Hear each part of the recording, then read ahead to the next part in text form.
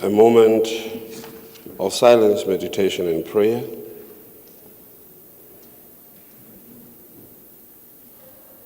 Thank you. You may be seated.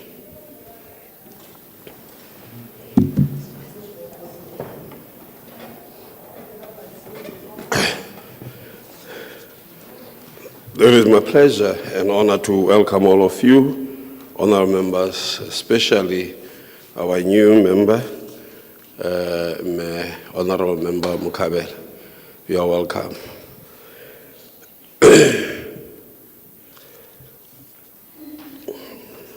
Honorable Member, we have apologies. In an event, the sitting goes beyond 12 o'clock. Honorable Member Ketoma Kume has requested to leave by the time, which has been granted. Honorable Member Opa Khabane is not feeling well. Honorable Member Dipoko, Honorable Member Amelia Chabalala. Those are the members that we have received apologies for.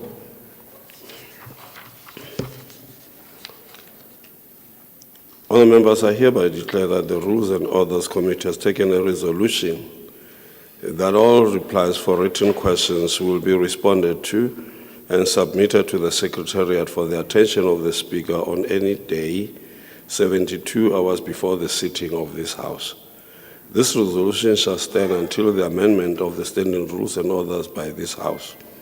This resolution was taken to strengthen control measures on the management of the questions. Statement by members of the Executive Council, Rule 41.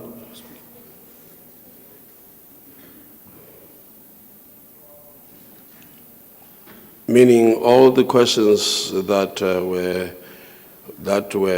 not responded within that time, members would actually respond to them in the House today.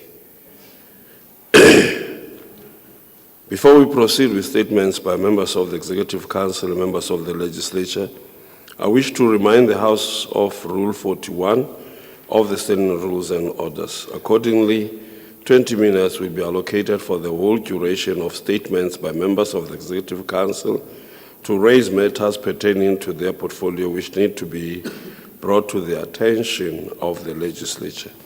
As statements by members of the Executive Council, a member or members of each of the parties may comment on a statement by a member of the Executive Council for not more than 3 minutes per party, commencing with official opposition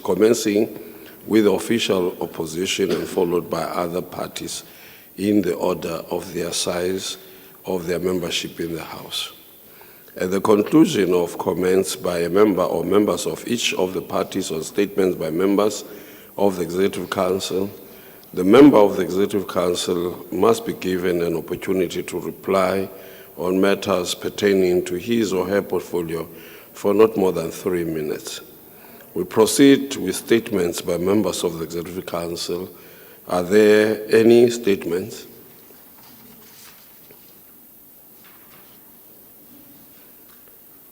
Honourable Member Sifuba. Thank you, Honourable Speaker. Honourable Premier of the Free State Legislature, members of the Executive Council, Honourable Deputy Speaker, members of this august House.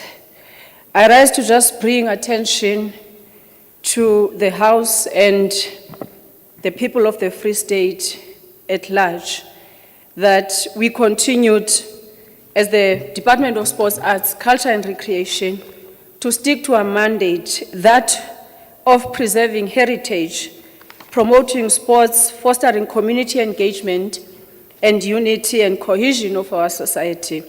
We did this by implementing a number of activities that were presented before this House. We did hold our celebration of Selemo sa Basotho, the New Year of Basotho, on the 2nd of August. And we've also had, after a lapse of some few years, a successful Makufe program, which is a program, a flagship program of government that seeks to do exactly that unity and social cohesion of the people. We are holding, as we speak right now, we are having our indigenous games taking place. These are the games that take people, young people from all the regions, or districts rather, from all the 5 districts. They are gathering here in Mangaung, a multi-purpose center to take place. Tomorrow, as the department, will be celebrating our Heritage Day in Kwakwa to observe this very important month of our country.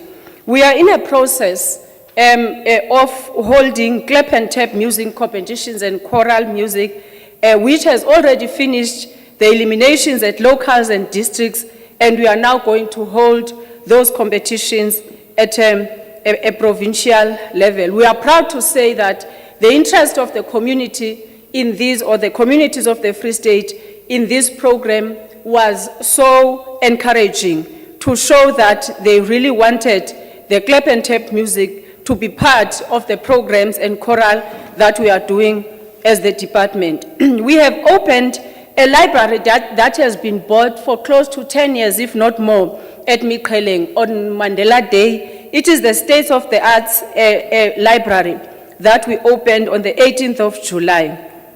And we also participated in National Winter School Sports Championships. And in the sports awards that we held at National of Arts and Culture and Sports, we've had some awards, 3 or 4 in the province.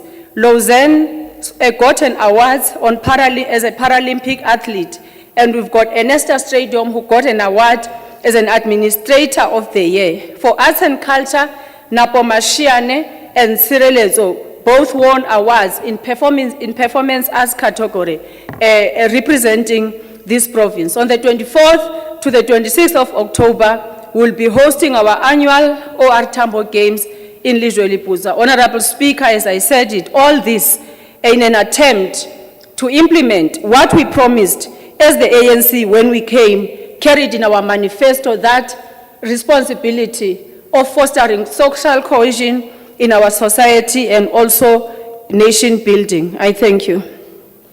Thank you.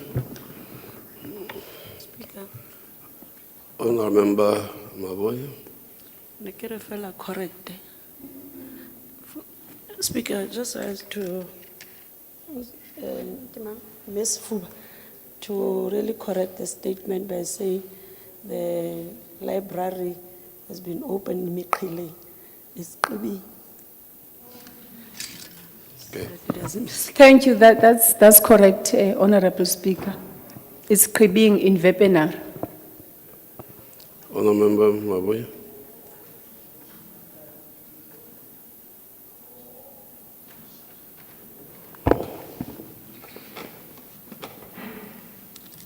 Honorable Speaker, Honorable Premier, Honorable members of the Legislature, fellow citizens of our beloved Free State. I wish to take this opportunity to update the House on key developments in the education sector as we approach the final quarter of the 2025 academic year. 1, regarding the 2025 examinations. The 2025 trial examinations commenced on the 1st of September and will conclude on the 1st of October 2025. These exams are critical preparatory step for our grade 12 learners as they gear up for the National Senior Certificate examinations. Our matric support programs that we would normally refer to as our last push program will ensue immediately thereafter to prepare our learners for the NSC examinations, which will be written from the 21st of October to 27th November 2025. Our internal exams for grade 4 to 11 are scheduled to take place from the 3rd of November up to the 27th of November 2025. On this note, I would want this House to wish all our learners the best as they will be writing their final examinations. With regard to schools closure and reopening, the 2025 spring holidays will commence from the 6th to the 13th of October. We would want to wish our learners and educators a restful spring holiday so that they come back re-energized for the final exam in the last quarter of the academic year. Schools will officially close on the 12th of December 2025. Teachers will return on the 13th of January 2026, and schools will reopen for learners on the 14th of January 2026.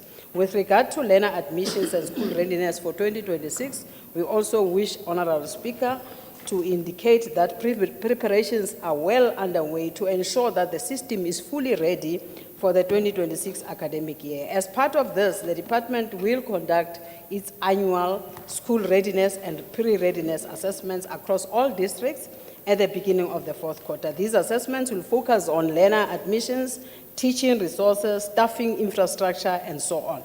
On learner admissions, Honorable Speaker, applications for the 2026 school year opened in April 2025 and closed on the 29th of August 2025.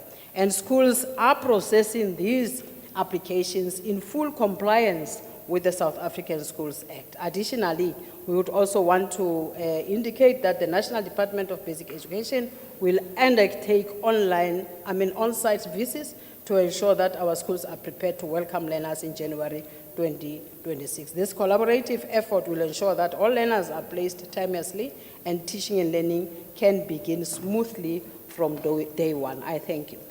Thank you. Any statement by members of the executive? None. Now we move to comments by members on statements made by members of the Executive Council. Start with the comments on the MEC Sifuba, Sports, Arts and Culture. Honourable Member Jacobson. Thank you, Honourable Speaker. We wish everyone who is participating in the Indigenous Games well during this time, and we hope that they will use the opportunity to enjoy themselves during these games. Just regarding Makufe, Honourable Speaker, we must take note that Makufe does bring in a huge income to Mangaung. And the last study that was carried out in terms of the economic impact of Makufe was in 2015. So perhaps we need a renewed study from perhaps the University of the Free State, who did the previous one, to determine the economic impact of Makupe so that we actually know what the people of Mangaung and the rest of the Free State are benefiting from this. Honourable Speaker, regarding the sports issues that were mentioned, we must remember that Heritage Month cannot just be a month. It must be every day of the year, and the sporting activities take place throughout the year. But we remain concerned that hundreds of millions of rands have been spent on stadiums across the Free State. And if you go to these small towns, many of them are derelict, they've been vandalized, and the communities are not able to utilize them. And often the provincial government invests in these facilities, and then they hand them over to dysfunctional municipalities who aren't able to utilize them effectively. The MEC also mentioned libraries, and libraries are very important for our communities because it gives them access to learning, and we know knowledge also empowers them.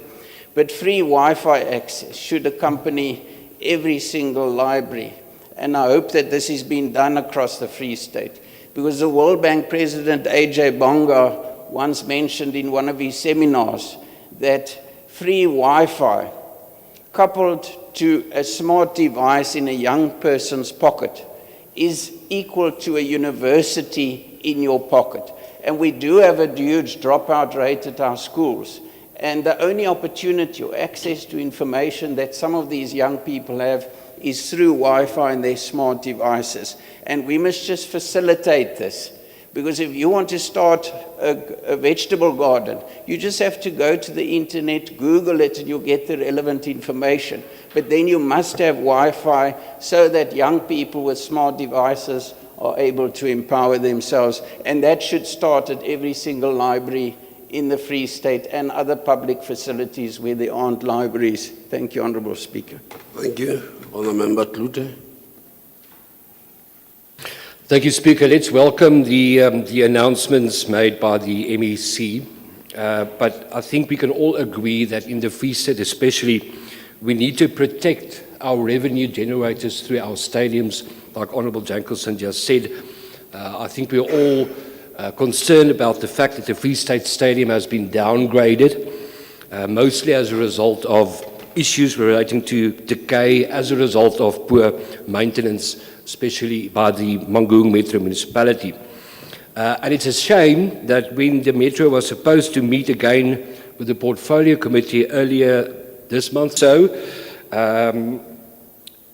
although we were supposed to have a second meeting with that. So maybe to the MEC and to the MEC of Kokta as well, municipalities have a huge role to play to protect these revenue generators in the Free State. And lastly, let's just all say go Bokke for tomorrow. Thank you very much. Thank you. Honourable Member Msima. Thanks, Chair. Let me welcome the developments that MEC has just made pronouncement on. Equally, credit must go to those who were very vigorous in engaging around the issue of Makuve, Bloemfontein Celtics to come back. Part of people who were leading charge, it was economic freedom fighters. In as much as we had Makuve this year, there remains a concern in all of us, including community at large, that last year, 12 million that was meant for Makuve was spent in December through PACC without announcing recipients, because of some of these recipients didn't even put a logo of the department on festival posters. So we want a proper account, because what happens normally, once money is channeled into that PACC, PFMA gets undermined, it's no longer applied. We want proper investigation to check as to whether was this money spent properly last year, MEC. Proper follow-ups must be done on that. MEC, partly there was 3 million that was announced, nothing has happened up until this far on issue of film hub. We should not pronounce on some of these things and then be redeliberate. All departments, community art centers are without no resources, even a mere telephone printing machine, let alone proper programs to assist Free State artists. This is one of the things that must be attended to as a matter of urgency. Thank you very much. Thank you. Any other honourable member? Speaker, thank you very much. I think that the Free State Legislature must congratulate the ANC-led provincial government. Number one, to reverse the discussion is more of the very much. First, on Makuve, Mangaung African Cultural Festival. The Department of Sports, Arts, Culture and Recreation's mandate is to foster social cohesion. Recreation's mandate is to foster social cohesion and nation mandate. When the economic development and treasury have led that process, which I believe they are in a process of saying how much was contributed. But I can tell you standing here that the hotels were full in the Free State. We've been saying so many times, even when we attend the portfolio committee, that the maintenance, these stadiums and facilities to be small. This is be able to accommodate her people no boots or The statement made by, her people no boots or the statement made by the MC. Bring the support that in many instances in a successful family who actually support them. We remain concerned about the many learners who are not within the system, those learners who left so that they become employable in our society. Many of them are on the streets reverting to crime, drugs and prostitution. Celebrate the opportunities that those who go to school and also tertiary education are able to have. But then on the other hand, a school certificate and tertiary education doesn't provide employment. We have to grow our economy, our young people and their future families. Thank you, Honourable Speaker. Thank you, Honourable Member Foko. Thank you, Honourable Speaker. Honourable Speaker, let me welcome again the presentation by the MEC of Education in our province. Chair, our concern, Chair, is about the readiness of the schools. Because, Chair, if you remember, Chair, last time we were talking about toilets and security of the schools. Is the department ready to handle that situation when they are doing the final round of inspection to the schools? But Chair, we are happy that our children are ready for the exams, and we welcome that presentation. Thank you very much. Thank you, Honourable Member Musima. Thanks, Speaker. MEC, let's acknowledge what you have just said here, and it's indeed welcomed. Speaker, there's one department one can associate with as a person from Free State, and they must keep it up doing that good work that they are doing in the department. We're happy to hear that learners are ready in the province of Free State. But what we want to see moving forward is not just to be a number one in terms of passing rate, but with more distinctions, with more exemptions. The quality of results this time, Free State will be accessing institutions of higher learning because they will be having quality results. It doesn't help to pass after passing. You form part of that detachment, and all those things. So things must be done such that we ensure that we build leaders of tomorrow. But having said that, indeed, MEC and you and HOD Malakwan, you are doing a good job there. Premier, if you want a Director General, go for Ndate Malakwan. I think he has proven over years.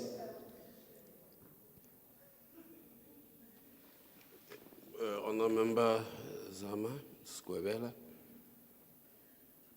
Thank you, Honourable Speaker. I wanted to join honourable members into congratulating and also in support of the Department of Education as they are preparing. As learners have been prepared for their exams for the Free State Province to continue to sustain its leading role. But however, we should not only say so, but we must recognize and appreciate the National School Nutrition Program, Honourable Speaker, as learners are going to be having longer hours of studying. That learners at school, they are provided with breakfast and lunch, and this is not just any food but nutritious food that they need in their body.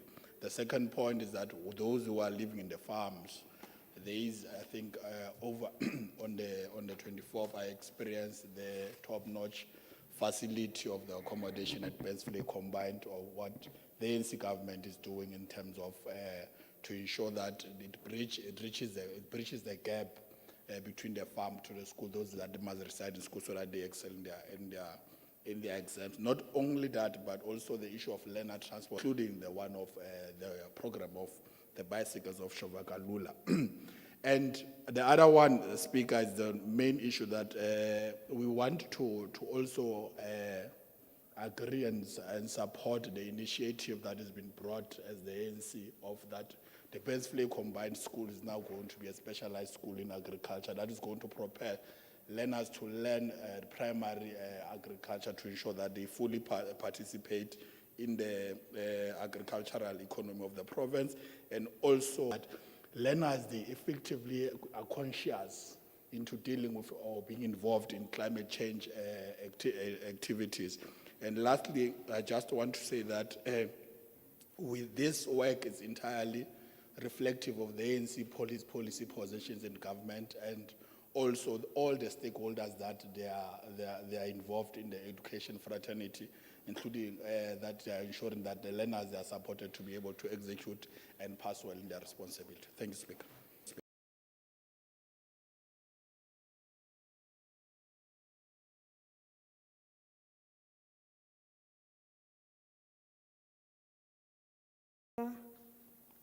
Let me respond to the issue raised by Honorable Jankelson with regard to the dropout rate in our schools. Yes, indeed, this is something that we are all concerned with or concerned about.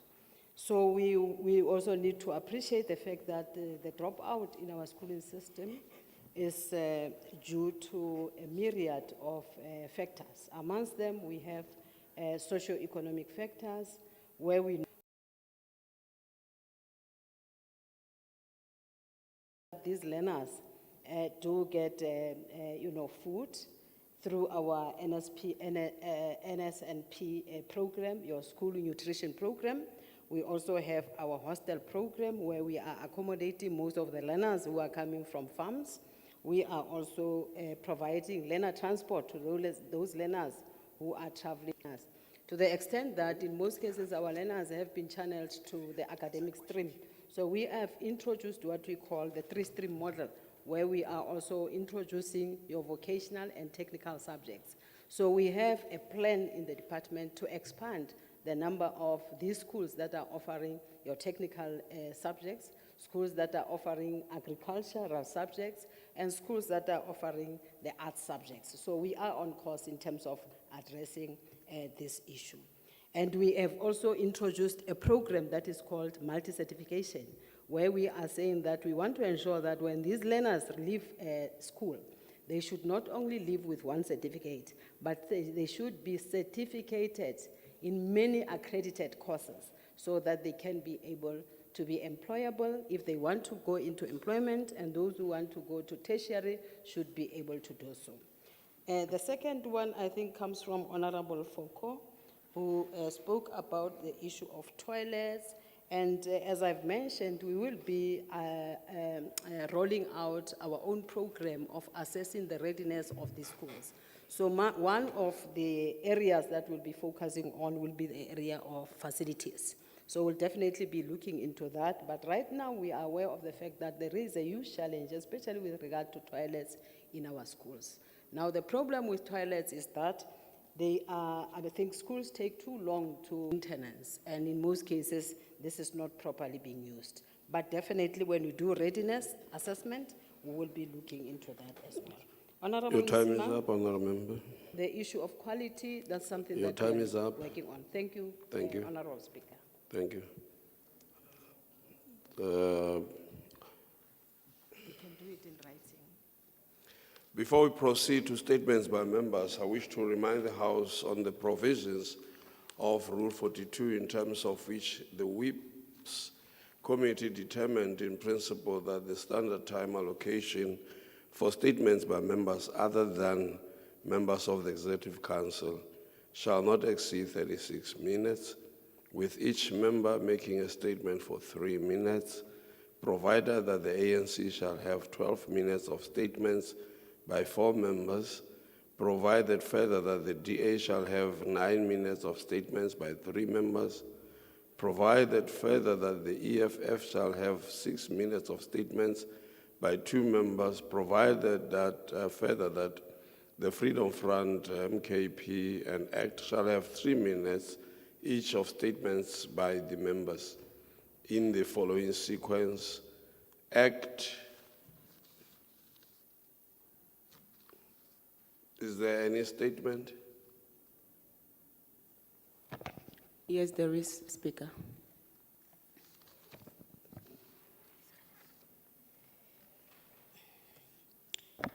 Greetings to Honorable Speaker, honorable members of the Legislature, our beloved citizens of the province of the Free State. We as the African Congress for Transformation would like to make an acknowledgement and make an firm commitment to the people of South Africa and of the Free State in particular, that we call on all the parties to make a commitment to act against economic exclusion, unemployment, water exclusion, landlessness, corruption, child abuse, gender-based violence, racism, inequality, and poverty. It is scientifically proven, Speaker, that the migration of our people into urban areas have resulted into making a huge backlog when it comes to human services, such as pressure on things like sewer networks. As I conclude, Speaker, it is therefore our responsibility to make sure that we become the voice to the voiceless of our people in South Africa. Thank you. Thank you, Speaker, honorable members, Bahai bohle ba Free State ka bophara. Honorable Speaker, as MK Party, Speaker, re thaba haholo re bona ditshebeletso di ya bathong. And re sa ikana hape pela batho re tla etsa bonnete ba hore ditshebeletso di ye bathong. Haholo tshebeletso tsa metsi, motlakase, e leng tsona dintho tse teng constitutioneng ya rona ya Afrika Borwa. Hore ditshebeletso tsa bohlokwa bothata ke Fontaine be leng hore ba hloka metsi. Re ye Qwaqwa man re shebe dibakeng tse tshwana le bo Harrismith mo batho ba rona ba sena metsi le teng hape mo. Metsi ke bophelo, tshwantse re tsebe hore ha re tima batho ba rona metsi ba Afrika Borwa re ba tima bophelo. Le motlakase ke bophelo, tshwantse ba phe ba etse dintho tseo kaofela. Jwale re le MK Party re dintho tseo ha di shejwe di etswe bonnete ba hore ditshebeletso di fitla bathong ka nako ebile hape ditshebeletso di ya ho batho ba di tshwanetseng. Ke a leboha motsamaisi wa mosebetsi. Thank you. Freedom Front Plus. Thank you, Honourable Speaker. Earlier this year, an investigation team was appointed by the previous HOD of Health to investigate the deaths of two young patients aged 16 and 27 at Palanomia Hospital during April 2024. And it was also supposed to investigate possible medical malpractice. Now, I went through the documents given to me by the pathologist, and I'm particularly concerned about allegations of interference in cases of medical negligence by employees of the department, amongst others.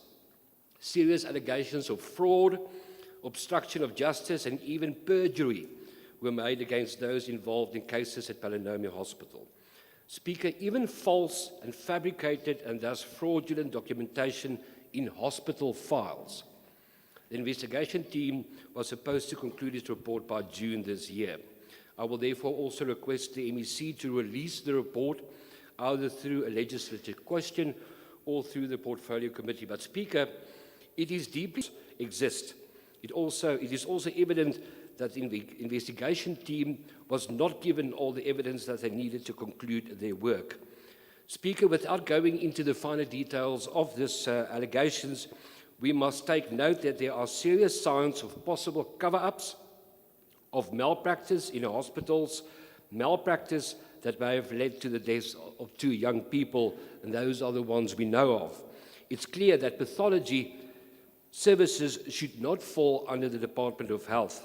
Pathology plays a vital role in holding doctors and hospitals accountable, and it cannot perform the role independently while reporting to the same department. But I also think this is a discussion we need to have nationally. Speaker, if we fail to act, lives will continue to be lost, not only because of negligence, but also because of deliberate cover-ups. Especially that minister. Speaker, my protector municipality. That minister. Speaker, my protest, municipality, whilst there has been challenges, in that municipality, and of course, the ANC is committing not to take this thing, for granted, but as a reaffirmation, Free State and in that municipality have confidence that the ANC will correct where there are challenges, and of course prioritize the people of the Free State in terms of service delivery. The message of the ANC is very short: from victory to service delivery. Thank you. Thank you. EFF. Thank you. Thank you. EFF. Alaphonywa lechoputsi. Next time, re tlo le thola. Let me take this opportunity to raise some of the frustrations, Speaker, that we continue to come across as we do our constituency work. One of those in Sasolburg on the 24th, I think I had to call MEC at some point because people were struggling to get ambulance, to an extent that a person even lost his life in a process. After having called, got rid of the MEC, it took only 20 minutes for ambulance to arrive. I just ask myself, or in situations where there are no those powers above, or na batho ba bo rona ba ithola ba le maemong a fe di ambulance tsa rona di tlang ho bona ka yona di be ya maphelo a bona tsietsing, Speaker. So ke re ho ko etswe di investigation around time e lo reng batho ba rona ba inka hore ba thole di ambulance di fihle mo ho bona. Hona le batho ba bangata, and this incident la etsala hape ha ne re le Poloru, I think it was 2023, ha ne re na le di by election. Hona le motho a la hlajwa ka thipa e lo ntlamile go la stabilize mara o la hlokahala because ambulance nkile nako no sena batho ba kgona go ba thusa. Ke ipotsa be re sa ba tsebeng ba hlokahalang on daily basis be lo reng ha ona lentswe le lo reng le kgona ho ba buella na tabeng tse tsa mofuta o jwalo ho etsahala. The other thing, Speaker, I'm bothered by our rural safety strategy. It continues to protect those who are owners of farms as opposed to the vulnerable who happens to be farmware to intervene decisively for that. Doctor with his grandchild ba le ba fihla ba katela motho wa bo rona mo ba mo pata jwalo ka ntja, and le teng ha bopaki bo se bo hlaile bo le pepenene maponesa a develop a cold feet ho tshwara. But it says a lot about our rural safety strategy across, that those who are vulnerable, who are less protected, the SAPS is not working in their interest in ensuring that they equally get protected as enshrined in the Constitution of Republic of South Africa, protecting those who are in a better position to protect themselves. Thanks. Thank you. DA.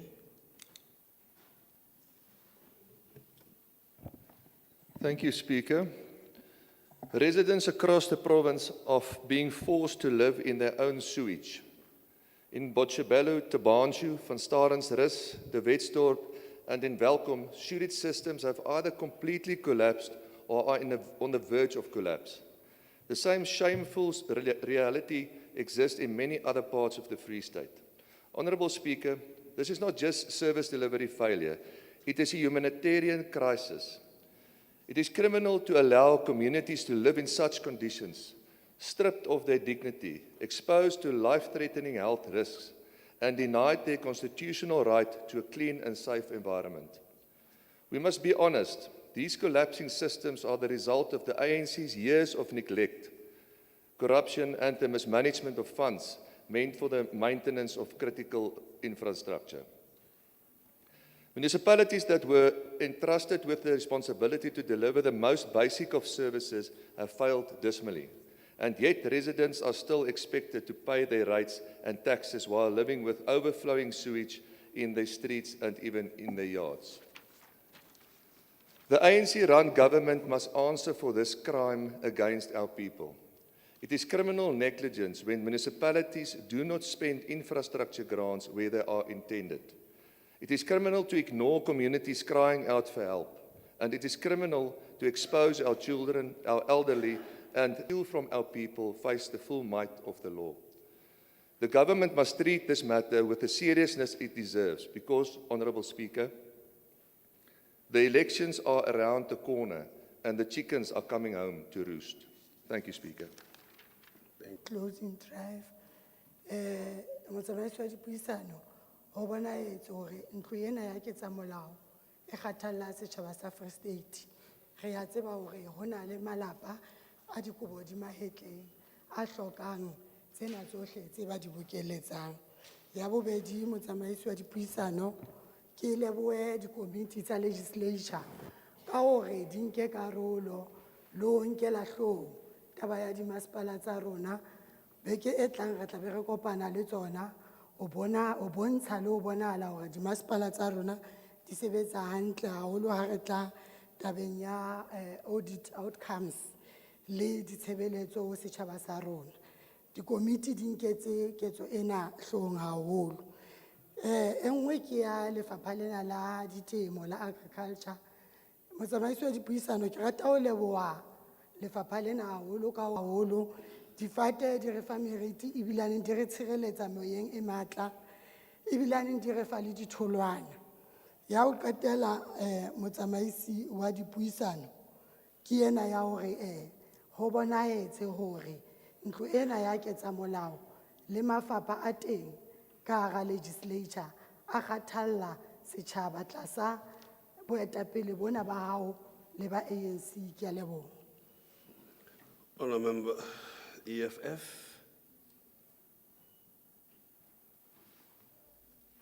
GA.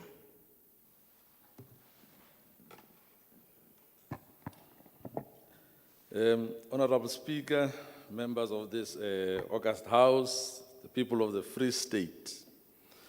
Balancing the equations of the reasons why projects are not finished by contractors is important from effects of persistent mismanagement, looting of public funds. Examples of failed infrastructure projects for housing, roads, sewer plants are all over the province, serving only as monuments of the failure by the departments to pay contractors on time. The main culprits are public works, human settlement, and roads.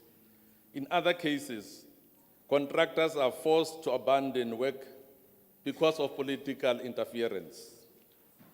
Projects like construction of Breda School Hostel, the construction of the bottom line is that departments must do more to manage contractors, ensuring payments are made on time and work is completed within scope and on schedule. Where contractors default, they must be blacklisted. And where departments fail and political interference, there must be consequences. Honourable Speaker, we thank you. Thank you. ANC.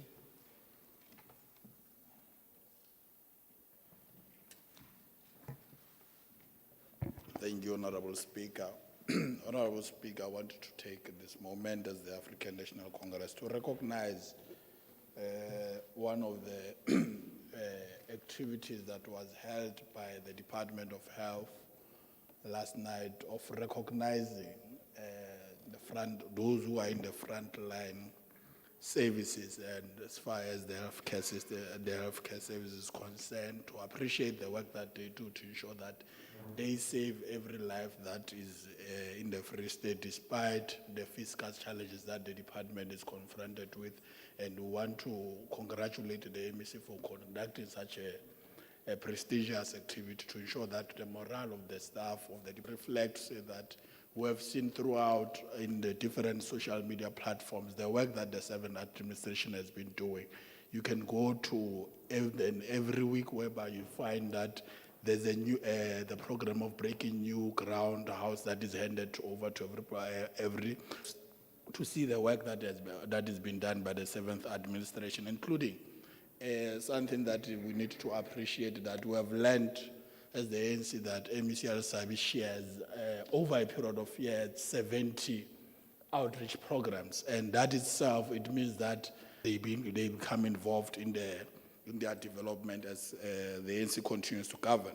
The other issue that I want to get to is that we want to, as the African National Congress, to join millions in jubilation and celebrations across the globe as the Republic of China celebrates their 76th anniversary of founding of the Republic People of China, and we understand that this is under the guidance and the leadership of the Communist Party of China, and this is not just any country, but a solid and reliable and formidable force in the BRICS bloc. And lastly, Honorable Speaker, I want to take this moment to say that we recognize the participation as the ANC of the South African team in the World Athletics, whereby one of the team members, Wade van Niekerk from the Free State Province, that they've America, an African country obtained a gold medal, in this case Botswana, and South Africa becoming the third. This is the historic moment, but we want to say that to the MEC of Sports, as the African National Congress, continue to do the work supporting the athlete. Thank you. Say that we are very happy to see our new member in this House, Honorable Nkabela from ACT Party, and we welcome her here. And based on her maiden member statement, we know that she will add value to the collective role of the opposition in this legislature to hold the executive accountable and to do oversight over them. Welcome through you, Honorable Speaker, to our new member of this House. But Honorable Speaker, not long ago, 4,000 ANC public representatives converged on the FNB Stadium. And at the FNB Stadium, they listened to their national chairperson, who said to them, "You sing well, but capacity, dololo." And we must ask ourselves, why is there dololo capacity? We don't have to look far, Honorable Speaker. The National Democratic Revolution, with its instrument of a cadre deployment policy, has robbed our municipalities of capacity. Dololo in our municipalities. Those public representatives who were at the FNB Stadium, many of them are there to line their own pockets and to serve factional interests within the elected on our travel. Dololo, getting on. People are dying on our road. People are dying on our roads, and this is a very serious issue because they are pothole ridden. And what services are people getting from our department responsible for that? Dololo. Honorable Speaker, you can go on and talk about our hospitals and clinics, our schools. The Breda Farm School Hostel is standing there after many contractors, and are the children in that hostel? No. Dololo. No. Dololo. Vogelfontein School, after millions spent, dololo, DA, because... ANC, now, ANC, now, you can't, angeke usiphinde. Right. Now, the statement by members, the conclusion of these statements, members of the Executive Council will get an opportunity to respond to issues that were raised pertaining to their portfolios, and they may do so in not more than 3 minutes.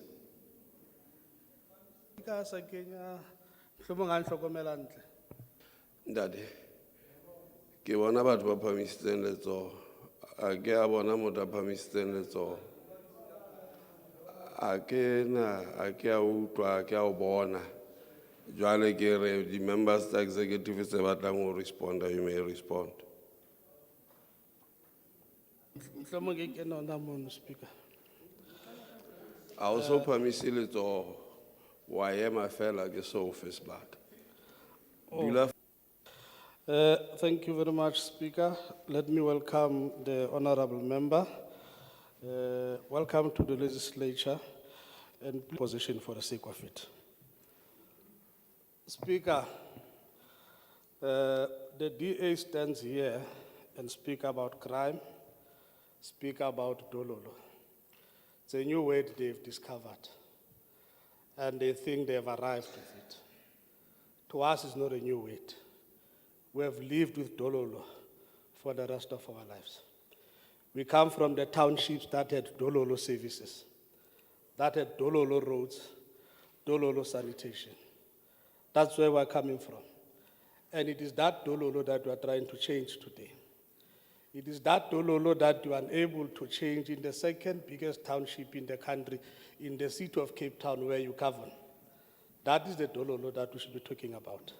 It is the Dololo that the DA says to the people of Gauteng that they need to get Gogo Zille from Western Cape to go and help them in Johannesburg because they don't recognize them. Majority of them are those who come from the same Dololo space like I do. So DA, never ever make a mistake that in this country everything was hunky-dory. It was paradise. It was apartheid paradise. It was paradise for those who had a lighter skin than me. But for those who have darker skin like me, come from the conditions that the democratic government has been battling alone to try to change the conditions of our people. What we are not saying is that Ramaphosa says you are able to get a clean audit, but you are not changing the lives of our people in Philippi. One of your leaders in Philippi has had to use a firearm in Philippi because of the crime that is there in that particular area, in the haven that we are talking about. They are still living in Dololo. The Dololo you are not willing to commit. When it comes to yourselves, you'll say Dololo.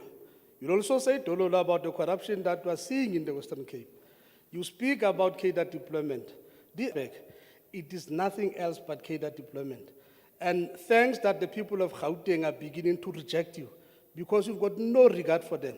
You think some colony in the Western Cape must be brought back to come and help them. It is not going to happen. So I say to you, Dololo. Any other response? Member Manche. Thank you very much. Welcoming Honorable Mkhabela into the House. We're happy that in this particular month, Act deployed. It is quite unfortunate that Honorable Mokoena becomes disingenuous into this House, indicating that government is unable to finish projects. We were seated here a few months ago, indicating that since the beginning of the 7th administration, we were able to finalize Cibin Library, we were able to complete DRCLO in Full Jones Koron, we were able to finish Sereleton Child Youth Care Center and many other projects since the beginning of the 7th, and many other projects since the beginning of the 7th administration. They are unable to acknowledge the good work that is taking place, but will be quick to question where there are challenges. It is also disingenuous, Honorable Speaker, for Honorable Mokoena to highlight or indicate that Department of Public Works is unable to pay contractors, knowing exactly, given that he sits in this particular portfolio committee where we respond, including ProPEC, where we've indicated that the resources that are meant for contractor do not lie with the Department of Public Works and Infrastructure, but client departments. When client departments whom we're implementing on their behalf are unable contractors, we must also indicate that where there were challenges, we're able to terminate. In Tshehetso School in Nala, we were able to terminate contractors, and we are on a journey in as far as ensuring that those who have been terminated and have not finalized or completed project are blacklisted. Thank you very much, Honorable Speaker. Any other response by members of the Executive Council? Honourable Member. Thank you, Honorable Speaker, and also let me join the colleagues who already welcome Member Mkhabela. You are welcomed in this August House. Honorable Speaker, things that were not said, and we also need to be realistic on the performance of the country in relation to the realities that our people are striving on. Number one, there was no statement by the president of the ANC, Dr. Ramaphosa, to ask people to vote for the DA. And he has also never praised the DA. There's a very different comparison between comparing and praising. When you compare two things, because he was not praising performance of the economy, the performance of the economy does not only rely on the party that is leading the state. It's also dependent on what is happening in the globe. You will agree with me that the performance of the economy in the globe has always been declining. I think since 2008, the reason why South Africa was able to survive that, it was because we were involved in the infrastructural developments that was preparing for 2010. So that is why we survived the financial meltdown in 2008 and 2009. But the performance of the economy is one of the most key issues that is holding our people. But added to that is the issue of colonialization that took something like 300 years before the ANC could even came into power. So you can't therefore expect a party that only has 30 years in government and compared with the 300 years when the country was just being collapsed and when resources were only channeled to one race. So we really need to be very much. There are challenges here, historical background of this country. We have agreed that when ANC took power in 1994, they only attained some elements of political power and never attained the economic power. The struggle that we are involved now in is to ensure that we distribute the economy to the people that have never benefited in the past. So it's not going to be an easy thing. The issue of the BEEs, the issue of the educational system that is being changed, they are being made so that a black child could be able to have the power to can then participate in the economy in the same way that other races are. So we really need to be realistic to those issues, and we really need to... Nothing. Thank you. Dr. Mahlatsi, the last time your hand was up, you're not responding anymore. I'm told that I must put on my glasses to see well the day. Now, uphamisa letso ke a o bitsa o sa le batla. Dr. Mahlatsi.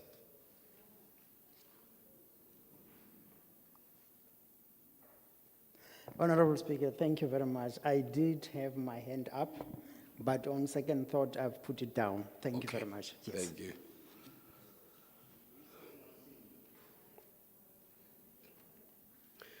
We shall now proceed with the reports by the Portfolio Committee on Cooperative Governance and Office of the Premier, and they are one, the report of with regard to the second quarterly non-financial report of the Department of Community Safety, Roads and Transport, Department of Cooperative Governance and Traditional Affairs, and the Office of the Premier.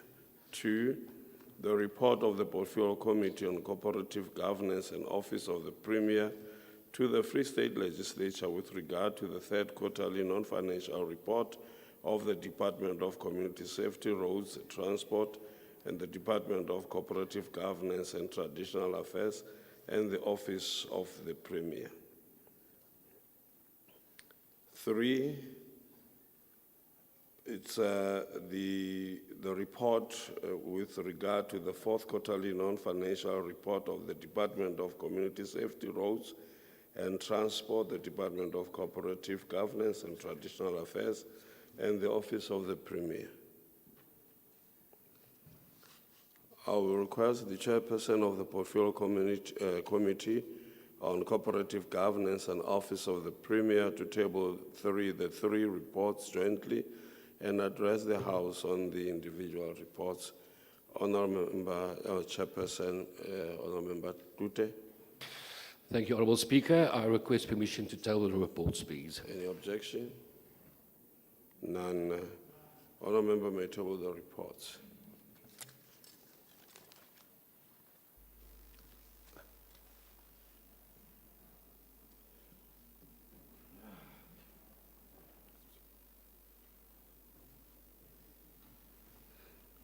When does the honourable member propose the reports to be considered? Now, Reports. thank you, Honourable Speaker. For the sake of some members who would like to play golf later, I'll be brief. Let's start with the fourth quarter reports. I think do occur in all the quarters, but let's start with the Police Secretariat or the Community Safety Department within the Department of CSRT. Some of the findings, or one of the findings we made, is that there is a need for the committee to be briefed on the rural safety strategy. And the recommendation there is the committee will organise a meeting to receive a briefing on the rural safety strategy for the Free State. The committee also urges the department to ensure that the achievements of targets are reflected with the lived experience of the people. So it's one thing to say we achieved our targets, but on grassroots levels, we don't see an improvement necessarily when it comes to crime prevention in the province. Then, as we move to the next findings and observations by the committee, was that we raised concern about the failure to convene intergovernmental forums and a lack of consequence management where there is clear underperformances as it relates to IGR deviations. The provincial government is unable to effectively implement the guidelines of cooperative governance in general, so that there is an efficient coordination of different management where there are clear cases of underperformance and failure to coordinate and convene intergovernmental structures and report therein, to provide within 14 days of this report. And then lastly, the Department of COCTA on the fourth quarterly reports. Some of the findings and observations by the committee. The department is engaging with municipalities to expedite the appointment of Section 56 is municipal systems as a constitutional mandate to traditional leaders, and they are remunerated.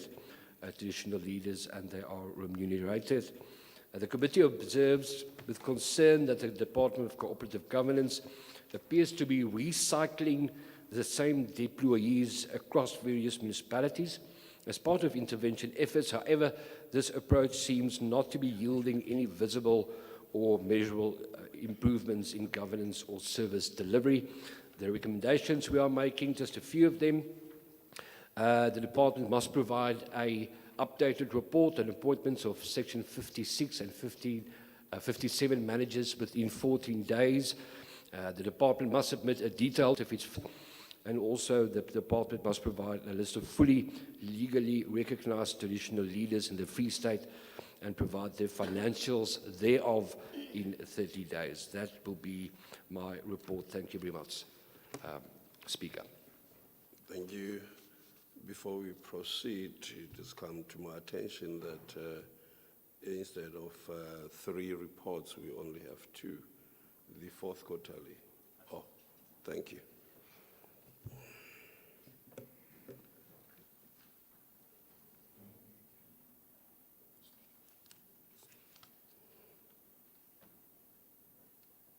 When does the honourable member propose the reports to be considered?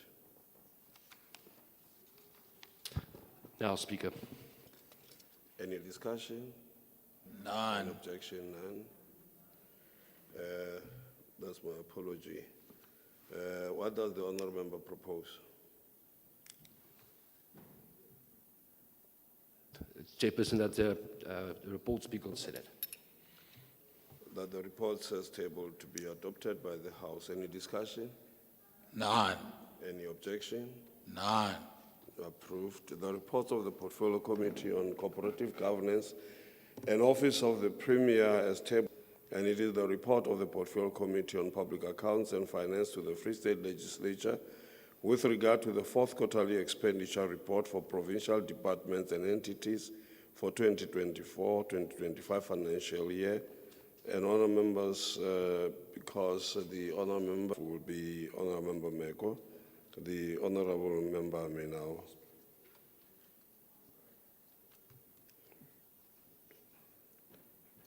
Honourable Member Meko.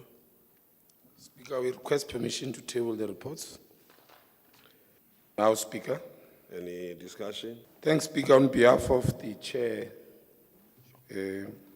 of this important portfolio committee, which cuts across all the departments.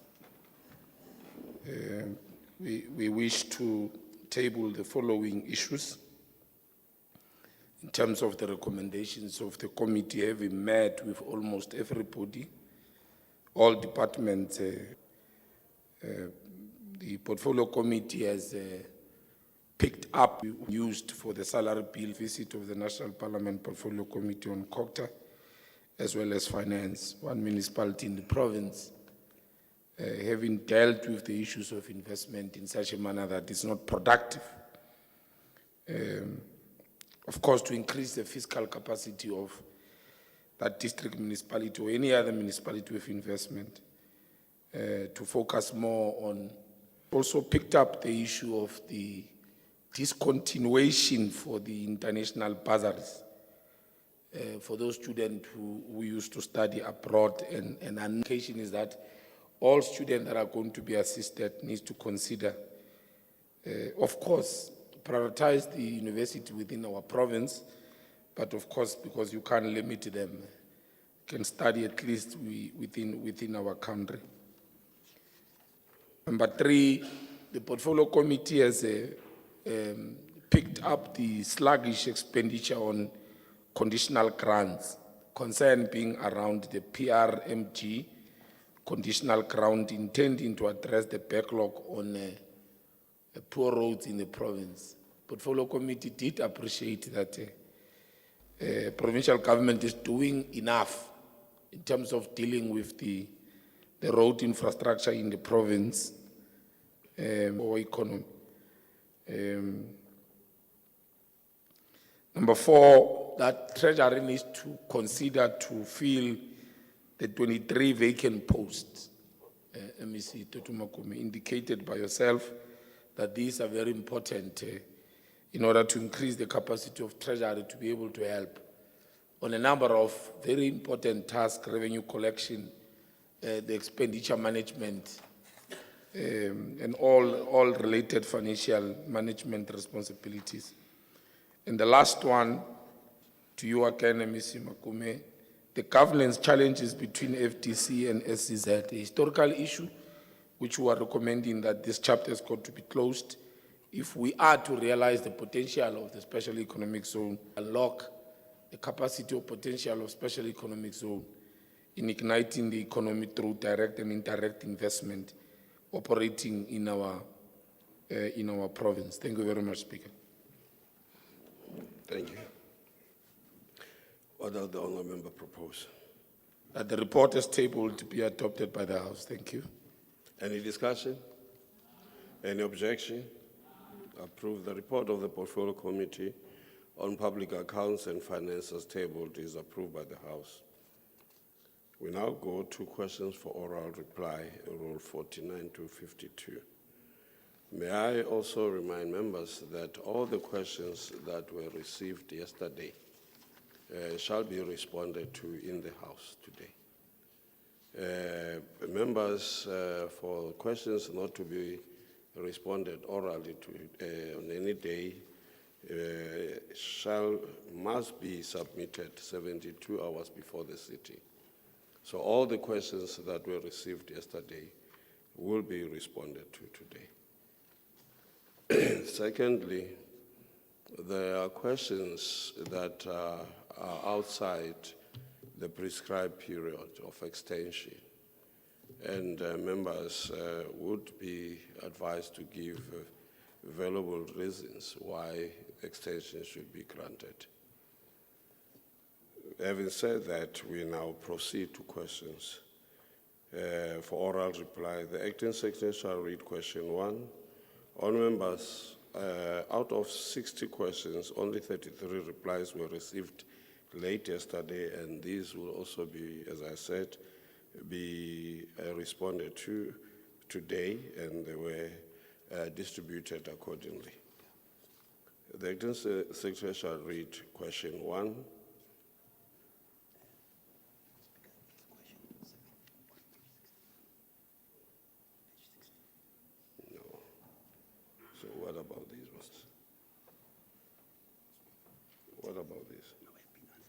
please. No, they received yesterday. No. No, no.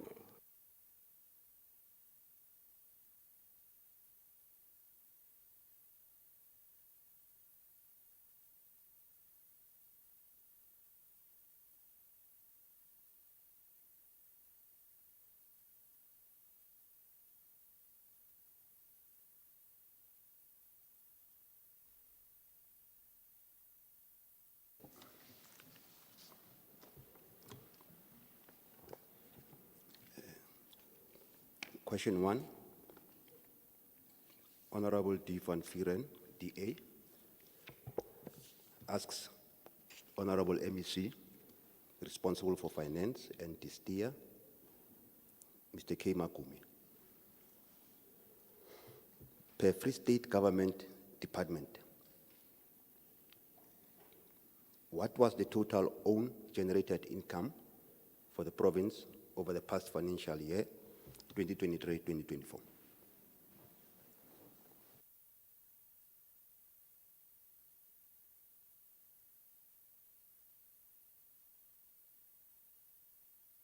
And Economic, Small Business Development, Tourism and Environmental Affairs. Ndadimaku. It has come to my attention that the questions were received, the responses were received on the 25th of this month, 2025, and that is yesterday.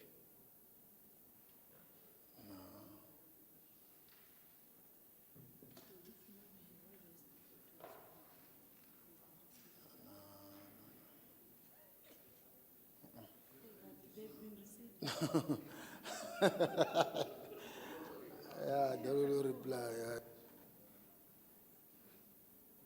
Let me double check, Honorable Speaker, because as far as I know, that these things were done even before Friday, last week. And May you please check and double check, because in the report here, it will be question 1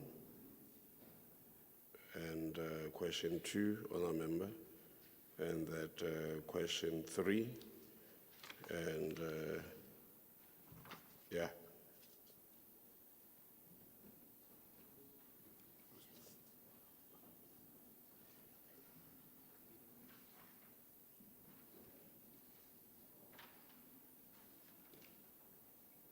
The acting secretary shall read question 3.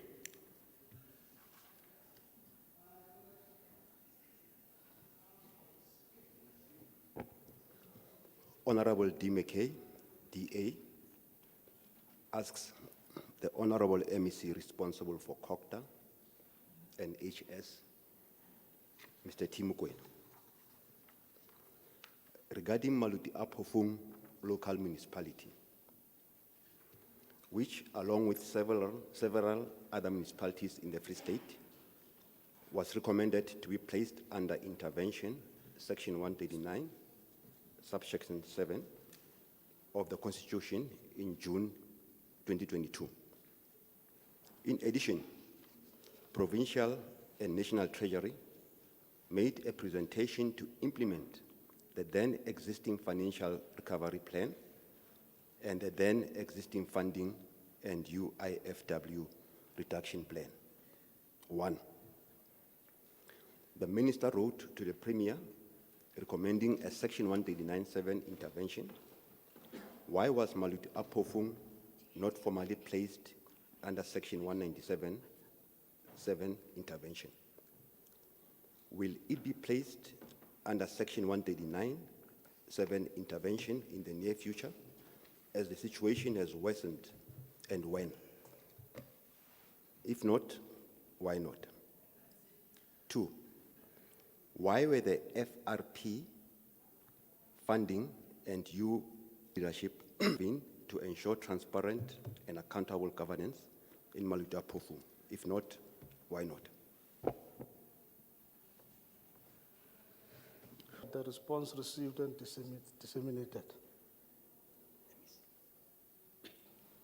We have answered the question, Speaker.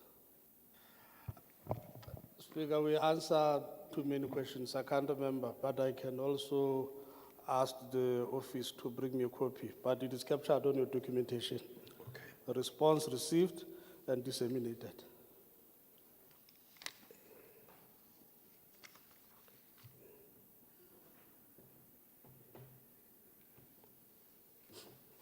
You place that the response was received on the 25th of September 2025, which is yesterday. The records here with me indicate that the responses were received only yesterday. Ask the office to bring the copy so that I don't say anything. Can I ask honorable members, rule, this is meant to be doing compliance by only responding just on the day when the sitting is about to sit. And this is questions is part of holding the executive accountable. 72. I don't know, maybe the administration are going to resubmit it again yesterday. So it's going to resubmit it again yesterday. So it's gonna appear as if we responded yesterday. But with me, I've got proof that the question was responded to on the 1st of September yesterday. Okay. That I lead, Speaker, I would like to reassure the House that we are not just answering questions as compliance. The two departments I handle, the Speaker, we answer, I think now it's almost 100, if not above. So we do answer our questions to the best of our abilities. And if we can bring them here, Speaker, it's quite a huge pile. The system in the two things that are in the municipality of legislature questions receives the highest attention in the space where I lead, and we remain committed, as proven by the numbers we have answered, vis-à-vis the total. Noting what the honour member is saying, it does not. The honour member is saying, it does not at any rate, honour member, even if you indicate that the question demands that you get answers and you are not able to get the answers as you do in this, that's a response. Keeping quiet and coming in and saying that we're waiting for this, it does not help, but indicating well in advance that we're struggling to get the response is enough an answer for us as a legislature to accept and give you time to do what you have to do. But keeping quiet and coming to the House and saying this it does not help us. So I hope that the honour member will rely heavily on the responses, etc., that you will get from the municipalities. But other than that, all other questions must be answered. So we will continue. Those that, honour members, you indicate that would have been received yesterday, as I'm saying, I would, for now,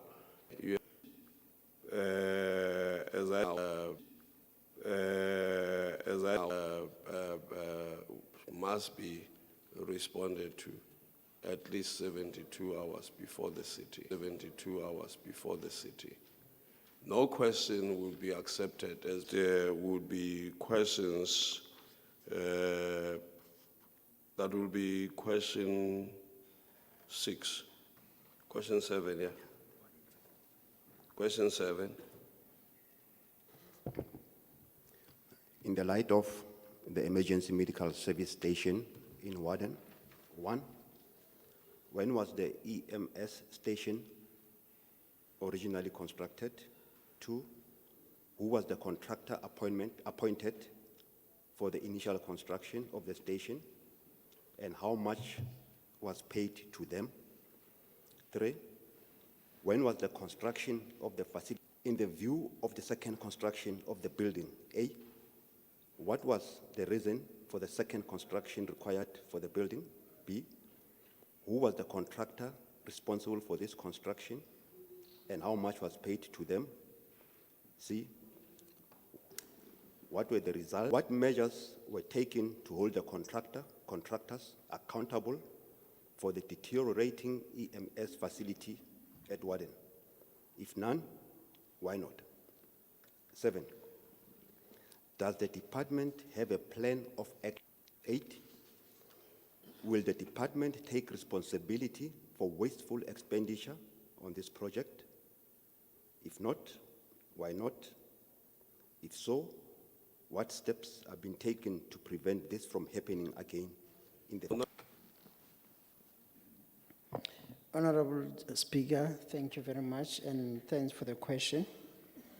Let me just indicate that the responses were submitted to the legislature and yesterday in the server of the Department of Health. As a result, our emails were sitting in the spam folder. It would appear that the responses were sent yesterday. Warden, but we evacuated it because of maintenance issues, and we were directed to do so by disaster management. So the other questions I'm not able to respond to because we did not build a station in that area. Thank you very much, Honorable Speaker. Honorable Mashevu, any follow-up question? Sorry, he is sick at the moment, but when it's sitting in spam and in some way, but that we also just get those answers so that we can distribute it to him, please. Honourable Member, I think we have also people that are working to make sure that there is this proper coordination.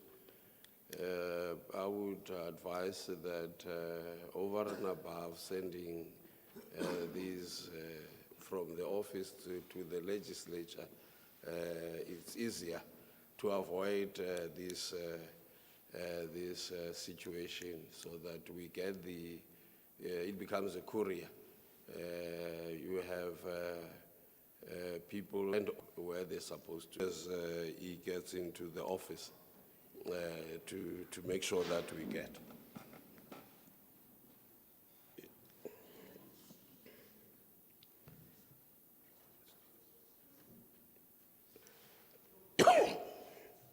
It's question 8.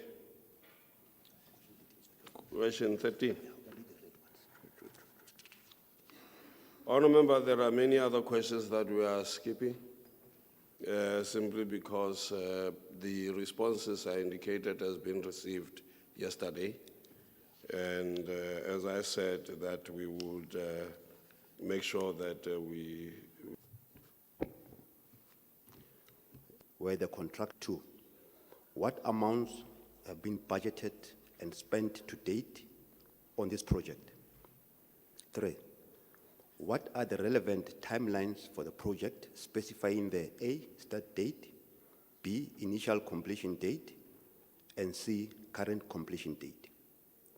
4, at what stage of the project is construction, and when will this be rectified? 6, are the end and start dates, budget, contractor, and other legally required information displayed on the construction site? If not, why not? And when will this be done? Honourable Member. Thank you very much, Honourable Speaker. I must also indicate, Speaker, that the responses were sent to the legislature. However, there was a dispute in terms of how the numbering in terms of the response we sent through to the legislature compared to what was on the order paper.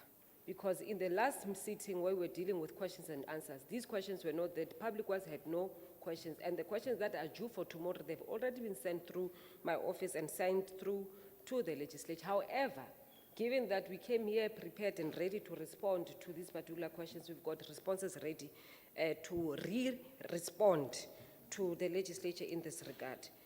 Chair, in regards to the question, we must indicate that construction is in progress. At no point there was a stop on the project. The value of the project is 67,249,866.00, and the expenditure to date is 12,393,386.01. Chairperson, Speaker, in as far as the timelines. The project started on the 26th of July 2024. Completion date is meant to be the 25th of July 2026. The fourth question in the same question says, at what stage of the project is construction currently? We can indicate that the construction is at 20% progress at this point in time. The fifth part of the question relates to the contractor. Is the contractor being paid? Ntate Mokoena? Yes, the contractor payments are up to date, Ntate Mokoena. Although the question was not sent by you, ne ke se ke kgutlisetse taba ena ya pele mona hore kannete ena yona is up to date. Chair, the budget are the end and start dates, budget contractor and daily and other legally required information displayed on the construction site. If not, why not?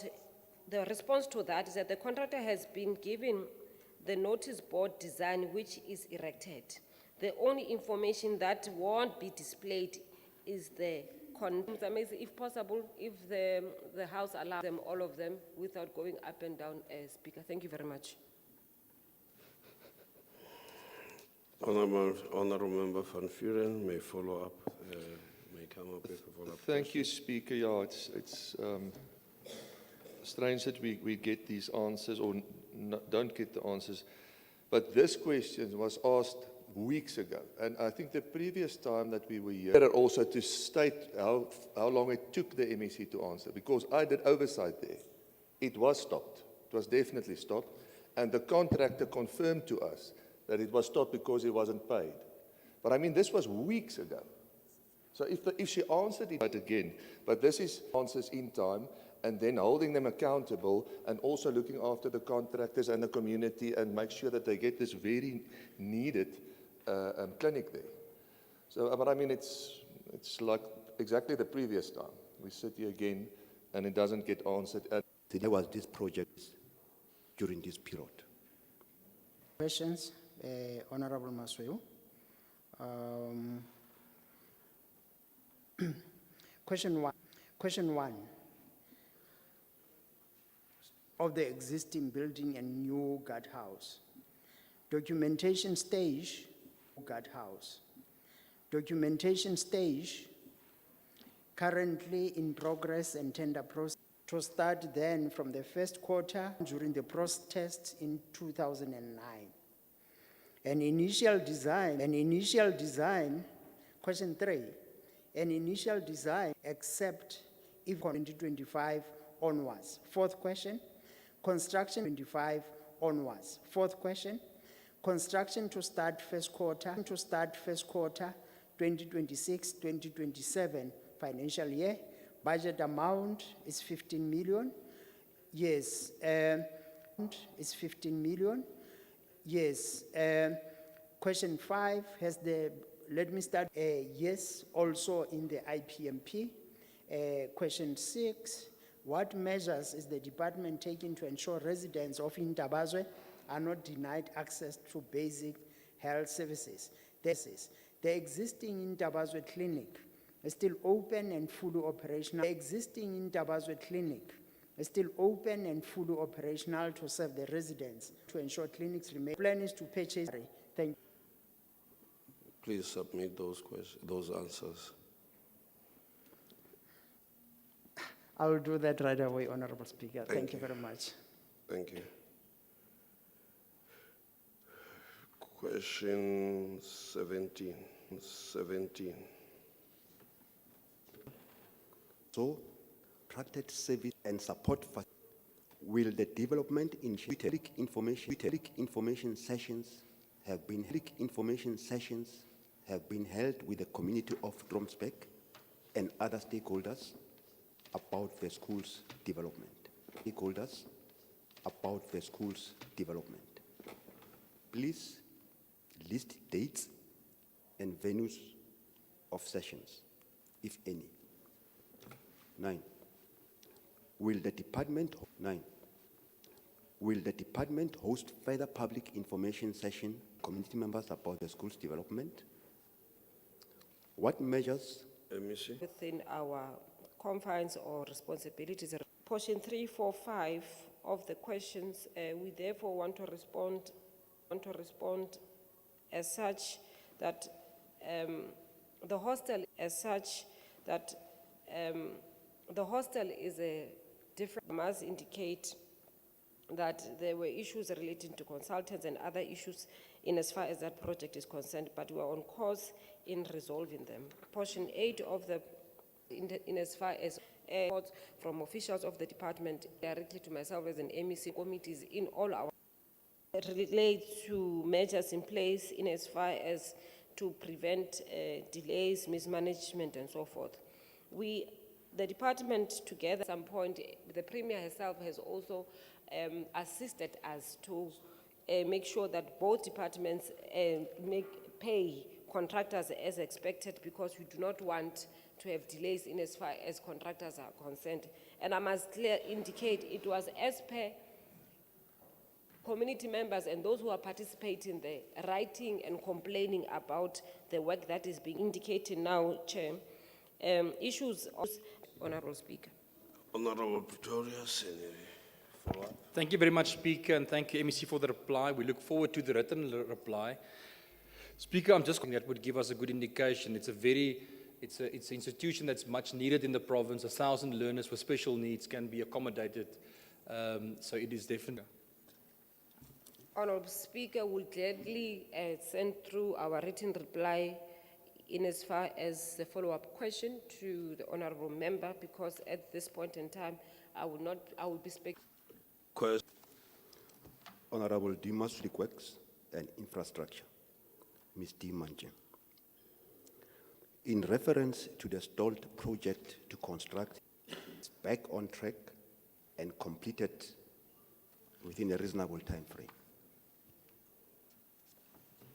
The MEC may respond. Responded to the issues, because in the previous question session, we even indicated to the legislature that the same question will really request the House to refer to our question as asked by Honourable Van Vieren on Dinani Clinic. Thank you very much, Honourable Speaker. Now, Member may.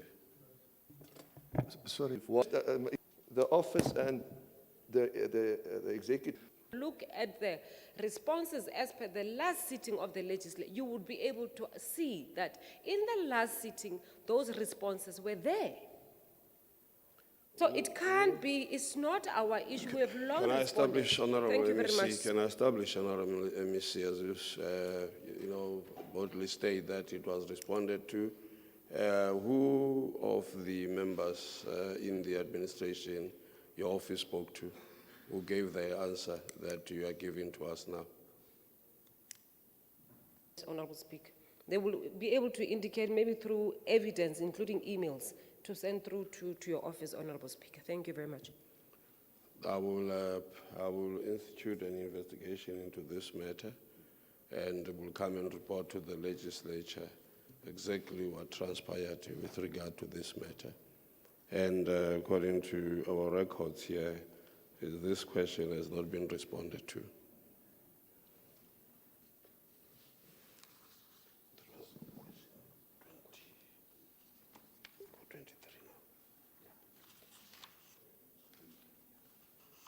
The Secretary shall read question 20. MEC responsible for Public Works. What is the original date of completion?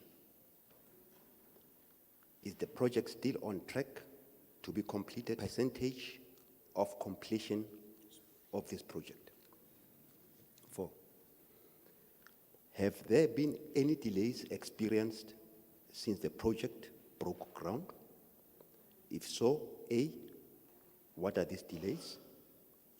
B, why did they occur?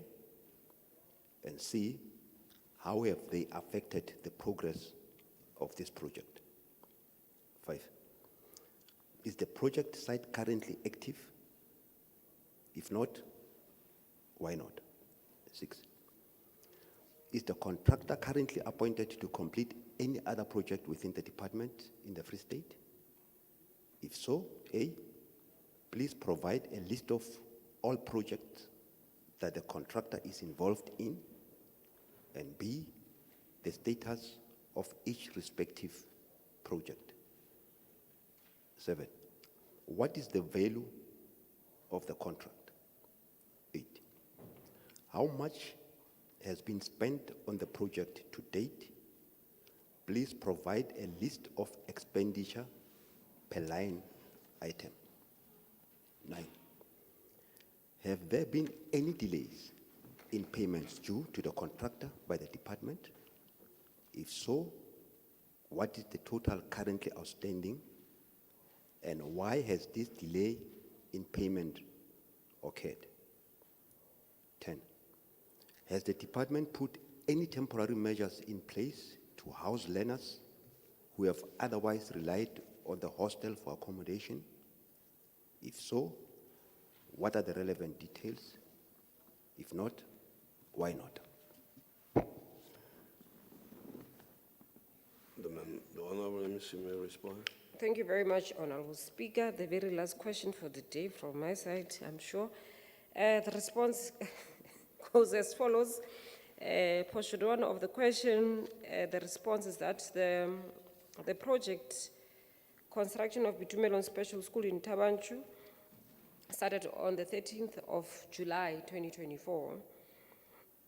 What was the original date? The original date was the 30th of November 2024. The percentage as we speak is at 40%. Any delays? Yes, there have been delays. There were major delays in as far as the project is concerned, caused by excessive rain. And it rained heavily at some point, therefore, because at that time the trenches that were opened, the site was muddy, and the contractor couldn't commence with the work until the site was sufficiently dry. The fifth part of the question in relation to whether the project is currently active, yes, it is active. The status in as far as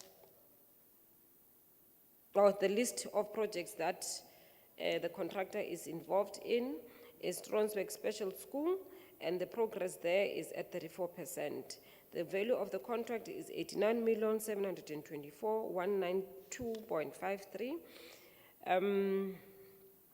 How much has been spent on the project to date? The summary, we therefore wish to submit to the legislature that we will provide the summary of payments as per this particular request.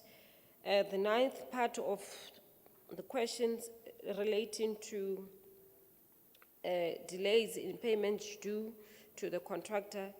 There were delays, Honorable Speaker, in as far as payments are concerned, and department, like I've indicated earlier, we are implementing on behalf of client departments. Therefore, the Department of Education at some point did not have enough cash in their coffers to pay service providers. Portion 10 of the question relates to whether the department will be accommodating, or is there temporary measures in place to ensure that learners are put in safe spaces. That responsibility, Honorable Speaker, lies with the Department of Education. Therefore, the Department of Education will be best suited to respond to it. Thank you very much. The Honourable Member may ask a follow-up question. Thank you, Chair. Yeah, this is now the question that I referred to that I asked in beginning of June. But I mean, it's difficult for me to respond if we haven't got all the line items which we requested. And that's why we also ask it in writing, because it's difficult to respond, because it's a lot of line item and information. But I'll respond or ask a question again when I get the response. Thank you, Speaker. Thank you. The exercise shall read question 26.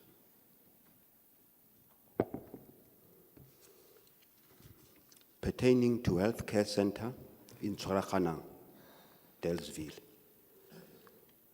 1. Was a viable feasibility study completed before the construction and completion of the center? If not, why not? If so, what are the relevant details? 2. When will the healthcare center be equipped with a functioning A, 24/7 emergency unit. B, maternity ward. C, permanent on-site dental unit. D, surgery. And E, all the other units it was originally constructed and intended for. If no time frame can be given, why not? 3, when will the complete staff complement be filled to be able to serve the community in the manner for which it was intended? If no time frame can be given, why not? And what are the relevant details of appointments? 4, will more frequent visits by dentists, doctors, social workers, and physiotherapists be scheduled to assist the growing needs of the community? If not, why not? If so, what are the relevant details? 5, will the clinic be reprimanded for not opening on time and making patients wait for 2.5 hours while the staff have morning briefings? If not, why not? If so, what are the relevant details? 6, when will the clinic get a permanent pharmacist? If a permanent pharmacist will not be appointed, why not? If so, what are the relevant details? 7, when will the healthcare center receive payment security to curb the break-ins and vandalism to the facility? If not, why not? If so, what are the relevant details? Honorable MEC for Health. Ndade Mohlati. Honorable Speaker, just a few seconds. I'm just sorting out the numbering on my screen, but the responses are here. If you permit, just a few seconds to sort out the numbering on my screen.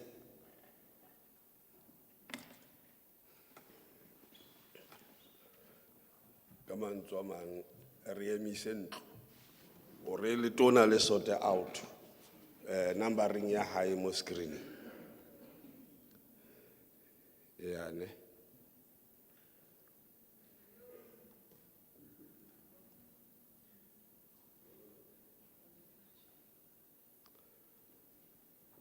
And can I ask all those who are going to be responding, please sequence your issues kakuhle.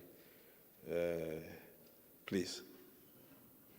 I heard Honorable Manje indicating that was your last question. Unfortunately, you still have a question to answer, so I hope you are ready for that. I will not get an explanation. Monsieur. You are not ready. Speaker? Okay. That was question 26. Question 27. We'll come to question 26. Honorable Member Mahlati, there's question 26. There's question 33. There's question 34. And there's question 35. And there is question 36. And then 43 for you to respond. Speaker, can we request that the clock be stopped while we are waiting or while you are talking so that we don't waste time for replies, that the time is only used for the question and the replies, please, thank you. Okay, we will take Honorable Manche's question.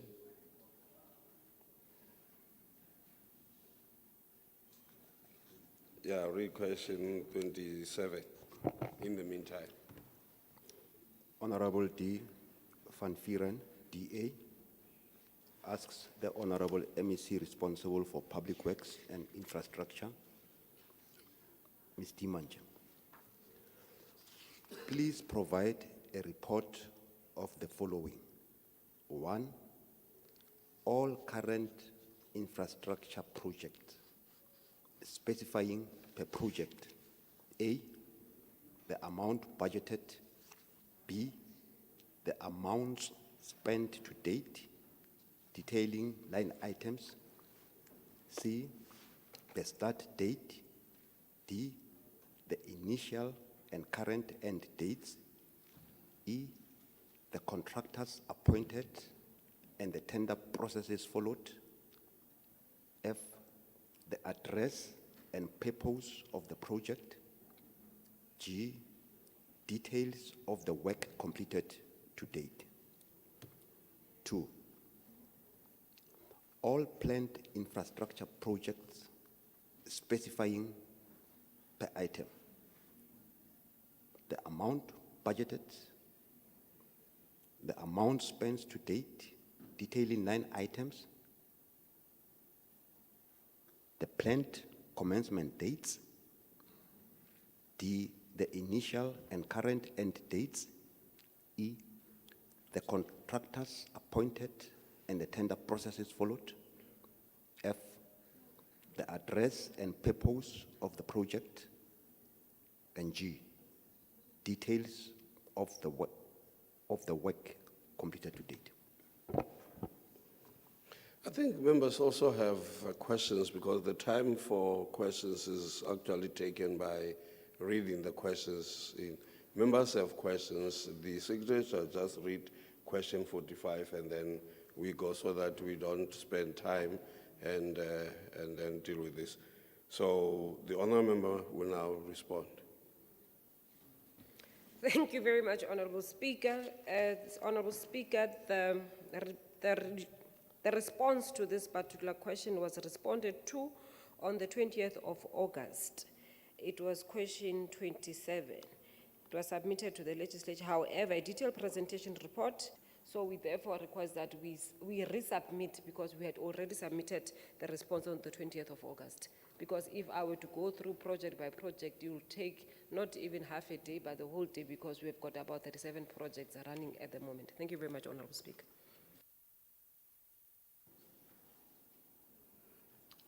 I think what we will accept is that it will take too long, but the issue is the information, as you say. If it was submitted, it means you have the information. So you might as well give the information. Because you have submitted, as you say, you have submitted the information on the 28th. Therefore, you have the information. Thank you, Honorable Speaker. We'll gladly email it to members. Members, even if there might be some challenges, when you see these questions that you have to submit and you claim that they have been submitted, there's nothing wrong in pulling that information and bringing the information to the House on the day when these questions are being dealt with. And I will ask that members should help us in that direction. Question 46. No, 45. And that question 45, the Chair shall read. You just say question 45. Honourable Member, you would like to? Thank you, Honourable Speaker. I just want to refer to the next question is submitted by myself to the MEC, Honourable Lietu, sorry for the pronunciation. Member, I just want to, it's also not answered, and it's referring to it's exactly the same one, and if I can maybe just add there, responding to the question is not the same as providing the report. And if you look at those, they are all the same. And if I can maybe just provide some background on that. what question are you talking about? Well, we were at 27. I'm referring to 28 now, and actually there's some of the others that are the same. Yes.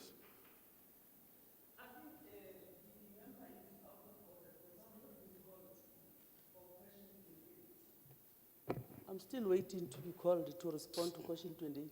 No, you're out of order. No, but she's already speaking to question 28. Because question 28 is part of the questions that is said to be answered and that received, and they were received on the 25th, 09/25.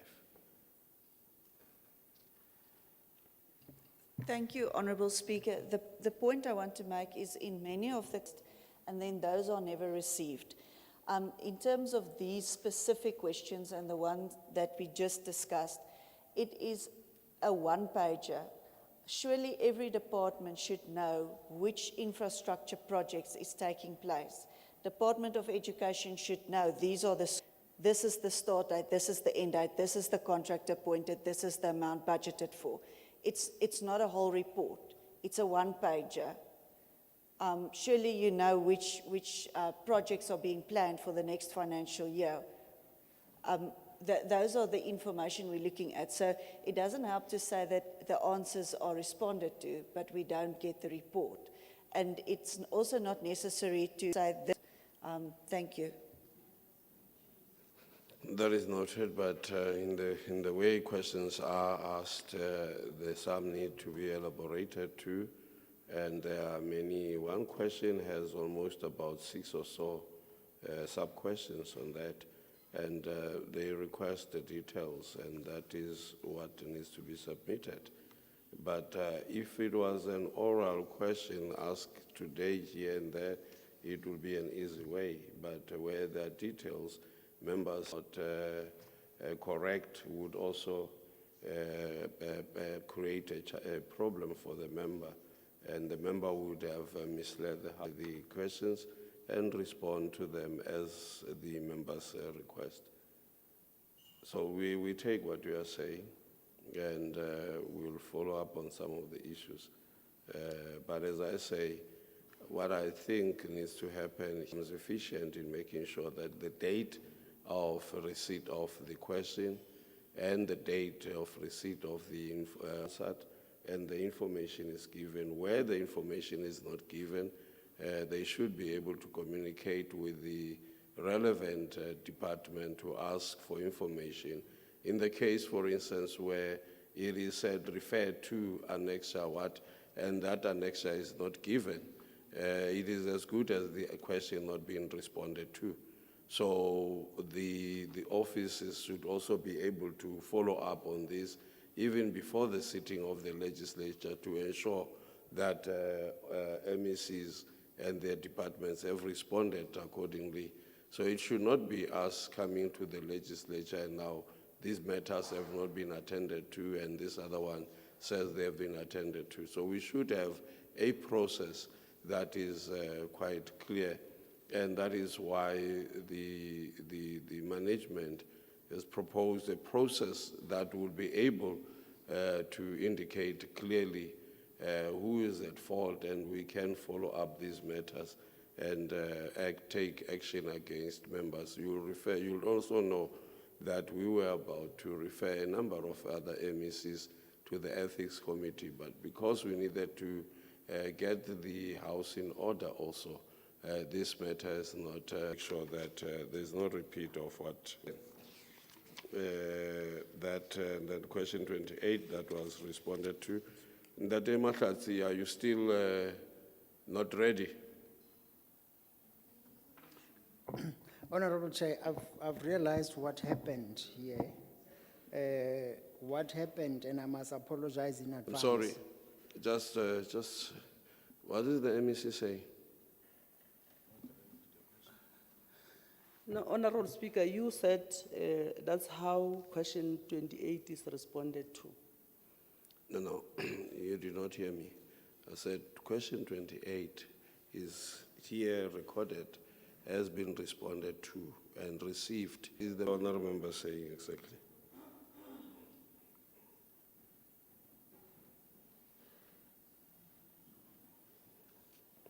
Okay. Question 28, I record. So the member must respond. Already got the answers. Yeah.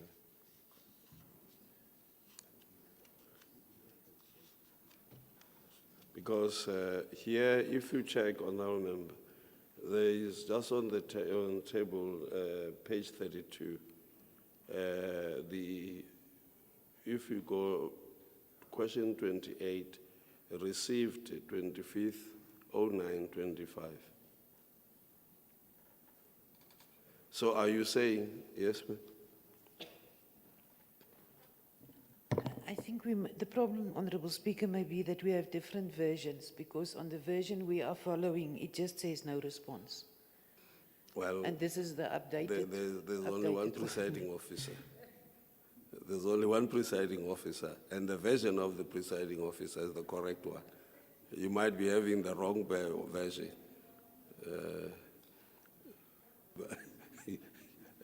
Must respond now. Honourable Member Tlalele.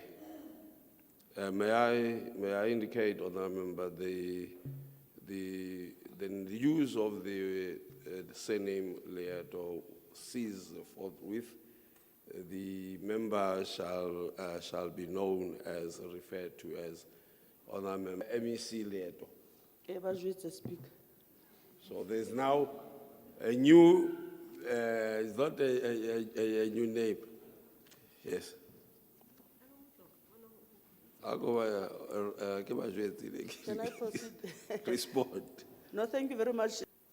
But I think the attachment, as per the member, mentioning that is one pager. I'm not sure about that because I do have the whole information. The only information that is not appearing there is about the expenditure to date, because our budget is 10.1 million and 8.1 goes to maintenance information submitted, because it has projects, 13 projects, the amount budgeted for and the areas where those projects are taking place. So without wasting more time on it, the document with more details is available. Thank you. And the Honourable MEC say without wasting the time already, it has been wasted.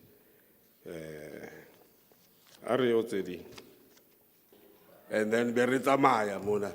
Resawi amazing that the Matlata Maya. Yawoda that the Udusha question 27 that the Matlata.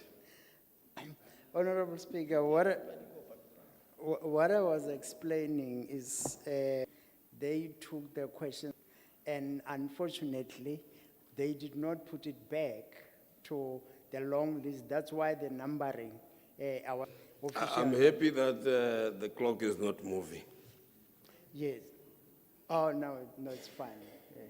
So that's the thing, Honorable Speaker. In short, what are you saying?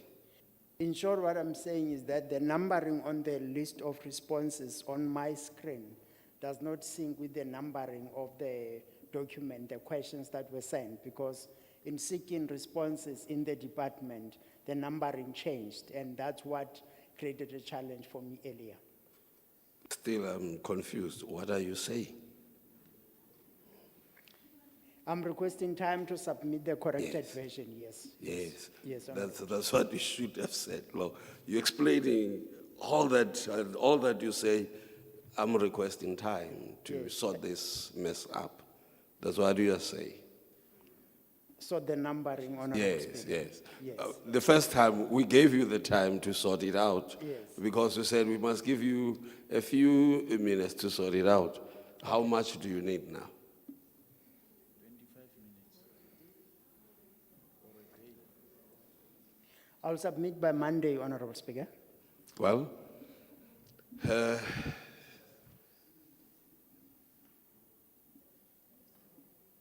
my worry is if I accept asking all this, and I would have permitted you, and it means I must do the same. You have a question, just get them ready. You have a question, and then you would be able. There's the question, and then there's the answers are there. And then the only thing that is not clear is the realignment of the question and the answers that is provided. And that, yeah, I understand the predicament.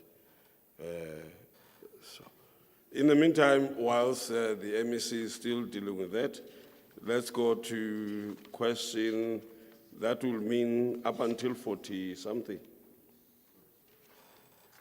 Up until 40, Arkalagaza Cooperative Affairs, the question mark.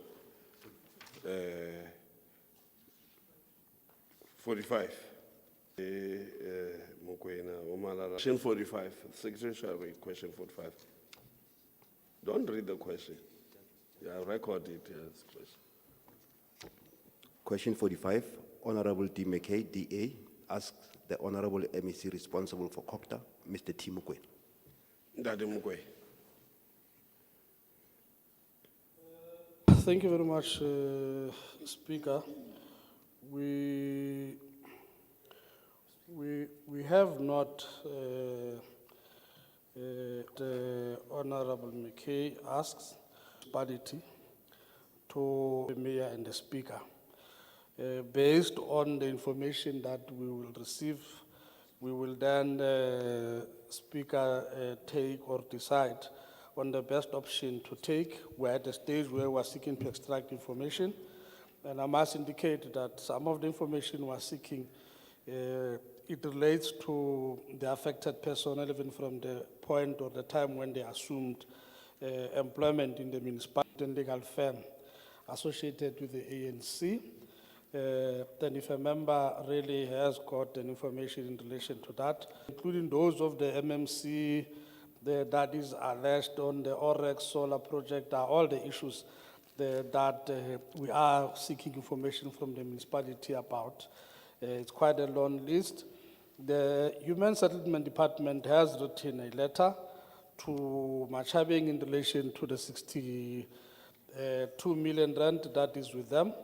The municipality has responded and we've triggered processes because the type of response they've given in relation to this is not really assisting. Response was that, look, what is attached is the municipal account. It is not necessarily the 62 million, and the municipality needs to find a way to bring it back or for it to be redirected to its original, the intended purpose, and will provide a report once information from the municipality. And once that is being availed, we will then indicate our appropriate response in relation to this. Thank you very much. Thank you. Any follow-up? Now, as soon as possible, attachments ever arrive. So please make sure that the annexures actually come accompany the questions. Thank you. I have suggested just for easier, use, that when they are recorded, when you submit a question to the MEC, the service would send, take that, and it makes it the Speaker, may I suggest that we seek approval of that, and then you can assist us with getting the next. Yeah. Thank That's you. fine. Let me see. Yeah, no, Speaker, in our case, any question that pertains to an info required from the municipality, we attached even the original response from the municipality, so we shall do so. Then go to question 46. As question 45, dealing with the same municipalities, same municipality of Machabeng, all the issues that are listed able to take appropriate action or advise in terms of the action that we'll be taking. We will also share the attachment from the municipality. Thanks. Has that started already? Maybe the latter part can come through, but it is important to know whether there's something being done already about the issues raised. Thanks. Honorable Speaker, we can't trigger the investigations up until we give the municipality an opportunity to respond. And based on the responses, like I said, we will then determine the right course of. Question 48, Honorable J. Mukwena asks MEC responsible for COCTA, Honorable T. Mukwena. For the question 48. Thank you very much, Speaker. Question 48. The Transformation Committee, Speaker, has to do with the demarcation of Kopanong municipality into two new municipalities, as well as the movement of Helbron to, from Mwate to Mitsimaholo. We do have a transformation committee that is, Dr. Mtingwe is supported by Mr. Selby Lungwabala, as well as Jafta. Selby is still working for the Hlabe municipality. And then Mr. Lungwabala, Jafta Sor is working for the district municipality. This is really based on the experience or knowledge in relation to the municipalities or local government, as we say, including the fact that Dr. Mtingwe will have been involved in the historical redemarcation of municipalities in the past. So we are drawing from experience, but we've also added an element of trying to build capability or capacity for this move in terms of the future. Thank you very much. Follow up. You okay? No, thanks, covered, Chair. That was 48. Let's go 49. Question 49. Honorable D. McKay, DA, asks the Honorable MEC responsible for Kokta, Mr. T. Mugwe. The request for more information from the municipality, but also including the departments that are working with us to deal with this. This will be DWS and so on. As you can see, the question is quite involved and it needs integrity. So we therefore request more time, Speaker, so that we are able to respond to this question sufficiently. We will not want to thumbsuck. What we'll do, however, in future is that questions like this, if we're unable to respond to them in time, we will do as earlier on advised. Thank you. Follow up. Thank you, Speaker. I accept, but questions like this are of vital importance for the residents out there because this affects their lives on a daily basis. So if we had this information out there, we could... Question 51. Honorable W. Pretorius, DA, asks the Honorable MEC responsible for sports, arts, culture, and recreation, Ms. N. Sifuba. Honorable MEC. Thank you, Honorable Speaker. Question 51, which was question 525 initially, was responded to on the 1st of September.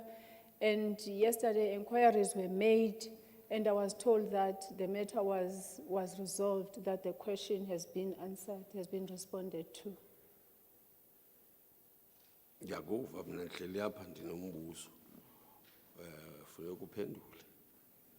The question has been responded to, Chair. Yes. So what are you suggesting? I'm suggesting that the Speaker accepts the written response that has been submitted on the question. And yesterday it was confirmed, the person who deals from the department to the legislature, who takes questions there and makes follow-up when they have not been responded to by me. He was told yesterday that the question was responded to. Do you have the response? Because when I was told that it was submitted... You were aware that there is this question coming?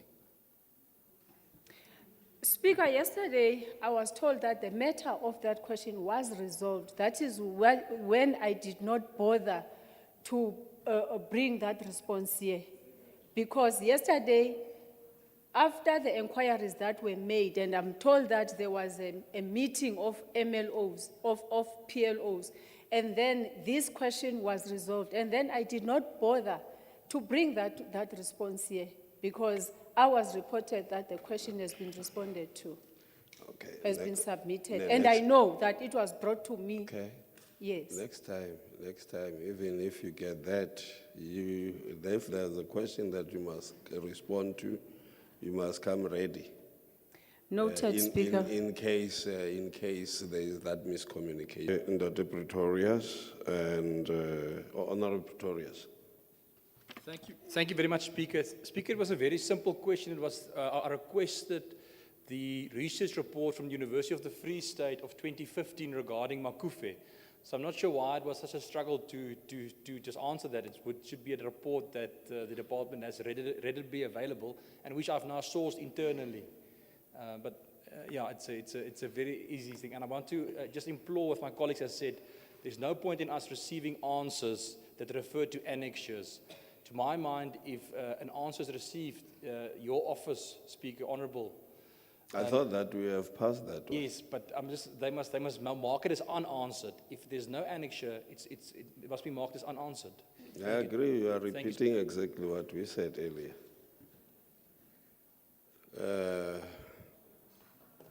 Read question 52. Mama Sfuba. Honorable Sfuba. Honorable Sfuba. We have taken your plea, and now you are taking it further. That question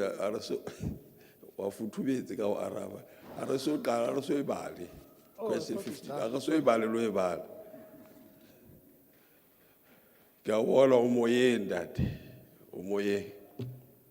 Yeah, question 52. Question 52. Honorable Dimasweu, DA, asks the Honorable Mukwena. Thank you very much, Speaker.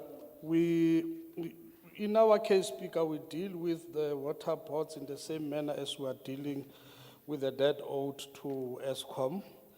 And yes, we do have regular, what can we call standard meetings with the municipalities that are affected, together with the affected department, that of the Val Central, together with water and sanitation, to really monitor the management of these accounts, including the payment that is supposed to be done, including those that are part of the debt reduction scheme. The second part, Speaker, we are part of the action plan that have been adopted from the processes that included the joint portfolio committee from National included action plan, which focuses on revenue generation, improvement in municipalities. So this is reinforcing what will have been resolved at the local government summit to make sure that there's a turnaround, there's a lot of detail with a specific focus on municipalities that are troubled.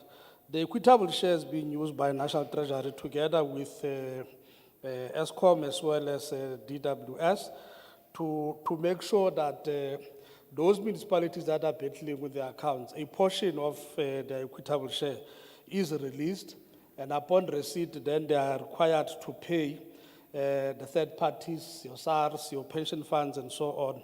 And once they produce the proof of payments, then the remainder is then released.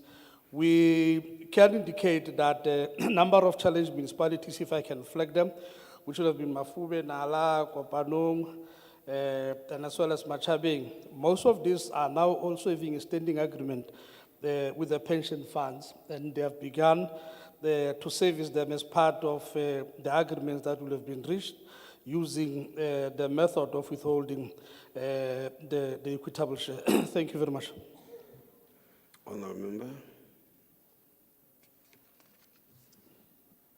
That will be the Honourable Member McKay.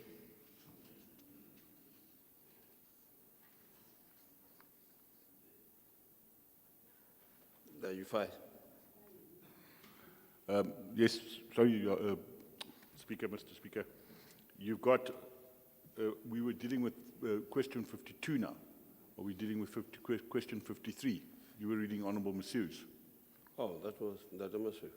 Yeah, that was Masu's. So we're only going to 52 now. 52. 53 now, sorry. So yes, if I can find out what the, what the problem is with the water in Letsimeng, it would be... sorry, that was the MEC was... Let's go to 53.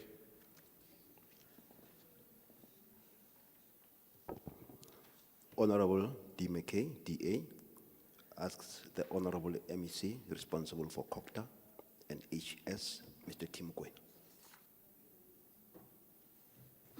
Thank you once again, Speaker. We have dispatched and made follow-ups with Legislature. We have not received the response. We therefore, Speaker, asked that we be allowed time to extract this information from Legislature. Thank you.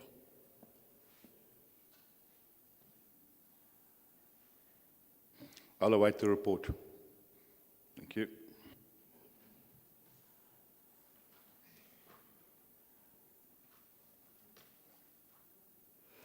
I think we need to develop a process where in a question that needs to be answered has to get the relevant executive has to get a response from a municipality, and that municipality is non-responsive. How then do we deal with that? I think we need to work that out so that it doesn't come out as the MEC who's not responsive, and then we are able to follow up on those who are not responding to the issues. So, like, we could wait for forever if the Legislature is non-responsive and we are not doing anything. So it will also be wise that at some stage the relevant portfolio committee should then, summon such a municipality to come and respond directly on these issues. Once we feel that they are not responding, we are not getting the attention that these questions deserve. Right, let's go to 54 then. Honorable D. McKay, DA, asks the Honorable MEC.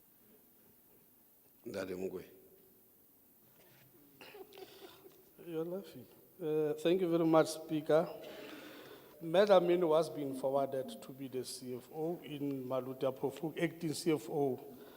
And upon realizing the ruling of the higher court in relation to what the High Court had ruled, we withdrew this particular appointment immediately once it was brought to our attention by our department, including Honorable McKay, which we promised that we'll look into the matter. We did, and have since replaced her with Ndadema Rumo, who is helping that particular municipality that was sitting without the CFO. They are currently working on improving their AFSs, which is why they have not been submitted, because they would not have been responsive to what the AG had raised earlier on. We are on a week-to-week meeting with them to monitor the progress that is being made to make sure that all the weekly tasks are being achieved. And when the deadline set for the submission, we believe that it will be a far more improved submission that Maluti will make.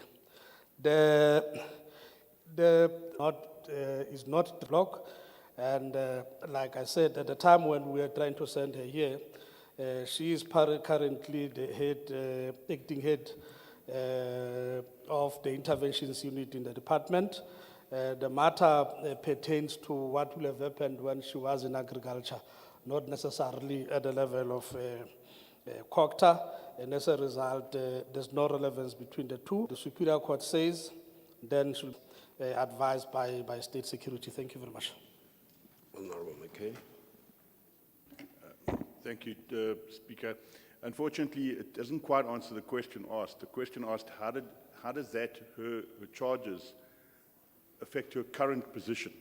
Because she's still an accounting officer, in a manner of speaking, and she's been charged with fraud by the High Court, and they found it. So as an accounting officer in a position like that, it should not be allowed. So that should have been vetted before the time. I want to know if she's going to be placed under suspension, if the department's going to look into it. How does it affect her current position? Thank you. Speaker, she's currently the acting head of the intervention unit. They're unrelated. We have, however, raised a question in relation to people who are facing criminal charges. And most of them, the reports indicate that they will have been put on suspension, but legal suspension lapsed. And when it has lapsed, you've got no other legal instruments to place them on leave or to put them on suspension. And as a result, whilst they are there within the institution to avoid what is called constructive dismissal, you've got to allow them to continue to work. But where she is, it has got nothing to do with charges that are, or acts that are related to the charges that she's facing. And that's where we are. If it was allowed by the law, we would have put all of those that are affected by this. I think it goes to a couple of departments where they will have been initially suspended, but at a later stage, they've had to be allowed to resume work. Thank you very much.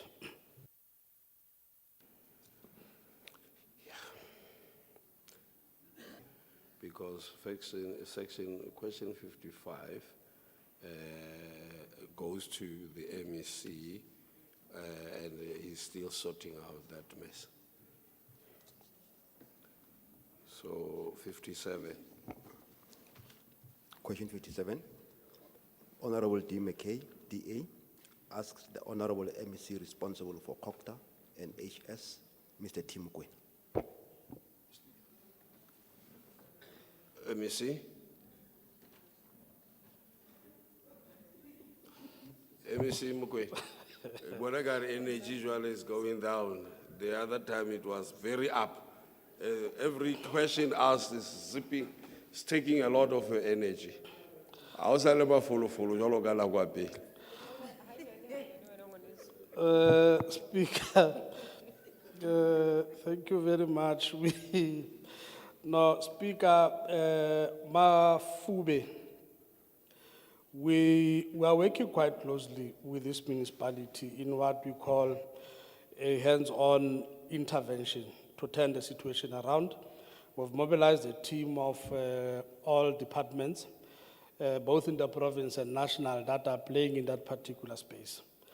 And top of our priority is the issue of water and sewer, and we're happy that in the last few weeks, Speaker, we have been able to interact with the strategic stakeholders in Mafube, including the business community, and in that process to make sure that when service delivery has been done, they are then able to come to the party, including on the role that private entities are playing to help the service delivery in that municipality.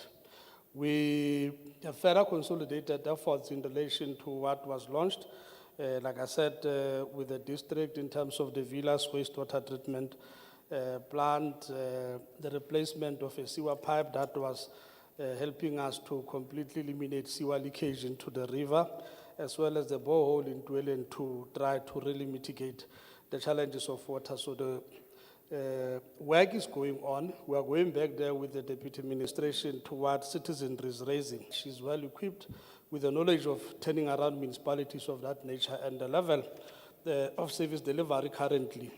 We are happy that water interruptions have been reduced. The refuse removal is happening, even in areas where it was not happening before. The best we can in relation to how we stabilize the issue of the senior management. We do have a team that is placed there, and we are going there on at least after every 3 weeks to assess the progress and make intervention. The last intervention which we're making was between ourselves and DWS in relation to the water pump. That is in the region of about 320 or 50,000, which once we secure, it will also ensure quite a huge stability on our side. And we hope that in the next week or so, that will have been secured. We will, once again, Speaker, still submit the information that the member will have required in relation to this question, so that the member has a reference to make in relation to the work that has been done. Thank you.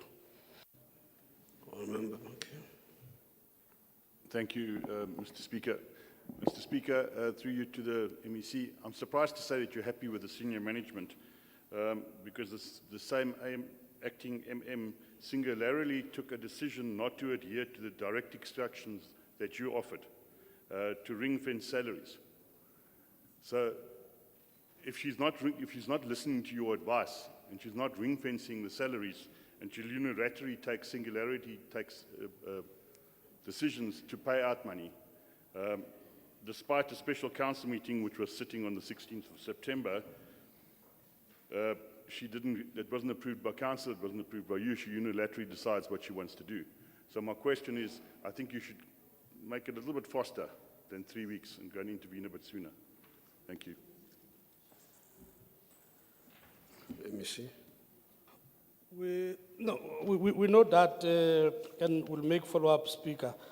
The biggest battle that municipalities faced with is the issue of number of commitments that were made by the previous MM and the pressure from the water tankers. So the MM is under strict instruction to reinforce salaries, but also to reinforce resources for service delivery. There's a pressure that is coming from some of the officials, I don't want to name them, whom it's clear that they're in cahoots with the water tankers. But we are quite confident for now that she has been able to stand her ground. And as we go back to Mafube, like I said, we are there every 3 weeks, we'll be able to follow up on the issues that have been raised. Thank you. Thank you. Seeing that the time now is we don't have time for questions anymore. We will keep all these other questions for the next sitting.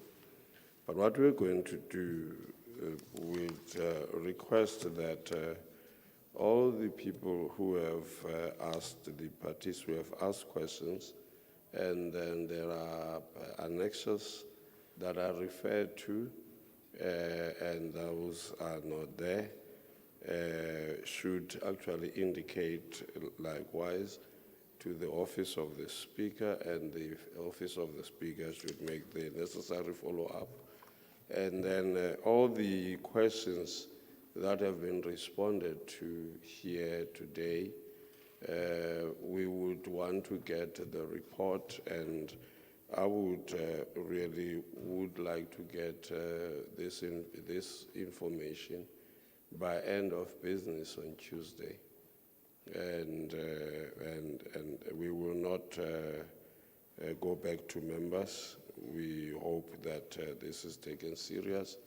By end of business on Tuesday, all the information needed should be submitted.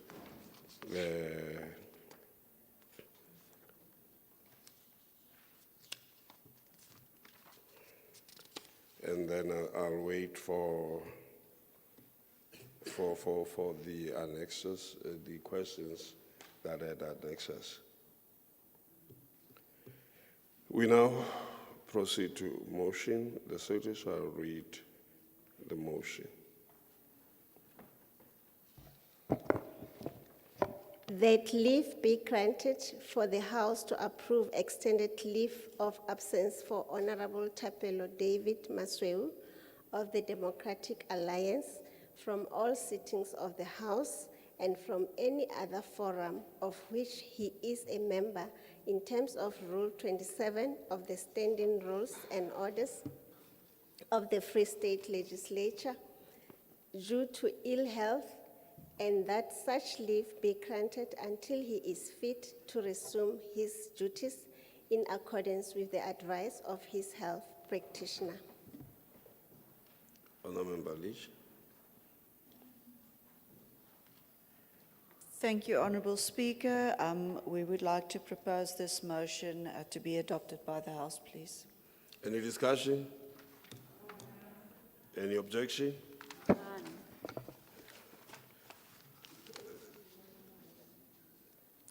You may address the House. Thank you, Honourable Speaker. Most of it has been said, but we just want to bring it under the attention of the House that Honourable Masweu was quite ill. He is recovering, and he is at home as of yesterday. So please keep him in your prayers, and he will resume his duties as soon as possible. Thank you. What does the Honourable Member propose? Honourable Speaker, we propose that this motion be adopted and that leave be granted. Any discussion? Any objection? Approved. The motion is approved. We now proceed to the Speaker's orders. Honourable members, September is Heritage Month in South Africa, with National Heritage Day celebrated on the 24th September. I'm watching the Honourable MEC, who's leading the department. He's dressed for the occasion, and the Honourable Deputy Speaker. I can see that they are really dressed for the occasion. Each year in early spring, people across the nation get together to eat, drink, and be merry, celebrating what makes us all uniquely South African.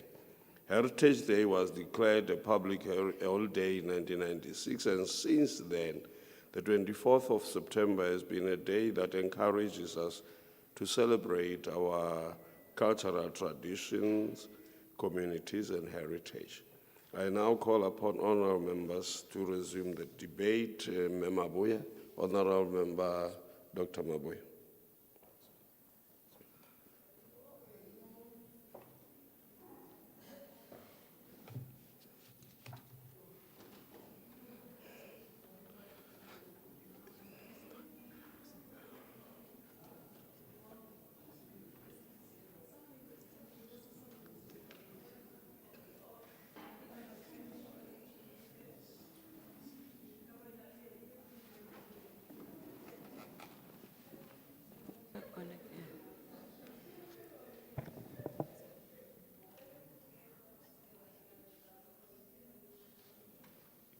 Honorable Speaker, Honorable Deputy Speaker, Honorable Premier, Honorable members of the Executive Council, members of the Provincial Legislature, distinguished guests, fellow Free Staters. Honorable Speaker, as we meet here today to engage in the debate under the theme Reimagine Our Heritage Institutions for a New Era, I stand here to insist that heritage is the living, breathing backbone of our society, especially in this post-colonial moment that demands that we reclaim, recover, and reforge our identity with a deep sense of boldness.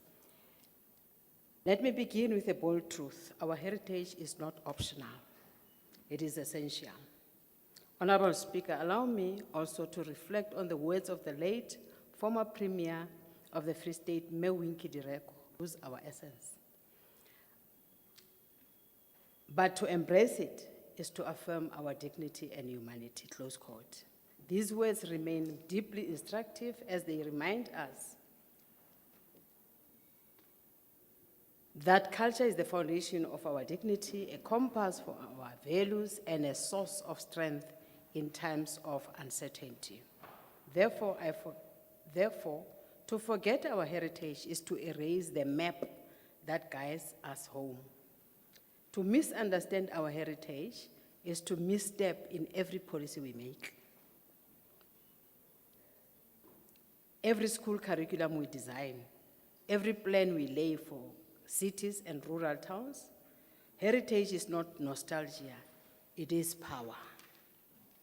Honorable Speaker, this theme is both relevant and inspiring, as it emphasizes the importance of leveraging heritage as a foundation for building a dynamic, socially responsive, technologically innovative, and economically inclusive future.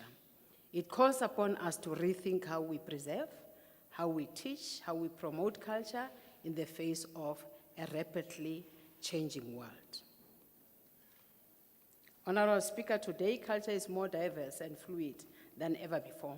Migration, technology, urbanization, and globalization have all played their part in reshaping the way culture is expressed. We see young people blending traditional fashion with modern society. These changes render heritage institutions, whether museums, archives, libraries, cultural centers, or schools, as bridges that connect generations. They are places of dialogue between tradition and modernity, and powerful tools for identity formation. To reimagine them is to ensure that they cease to be silent sanctuaries of the past and become living engines of community innovation, inclusion, and development, and above all, remain relevant to the youth of today who are often caught between global influences and local traditions. Honorable Speaker, we remember with an unflinching clarity how under apartheid, heritage institutions were deliberately constructed and weaponized to privilege a single narrative. One, colonial sophistication, and redefined indigenous peoples as historical footnotes in their own land. These institutions and curriculum were converted into ideological battlegrounds, tools of cultural engineering designed to elevate whiteness and diminish the black body, the black intellect, and the black past. This systemic suppression inflicted a violence more enduring than physical brutality. It was a violence of erasure, the suffocation of memory, the calculated denial of identity. It was not just what was destroyed, but what was never taught, what was never funded, and what was never believed.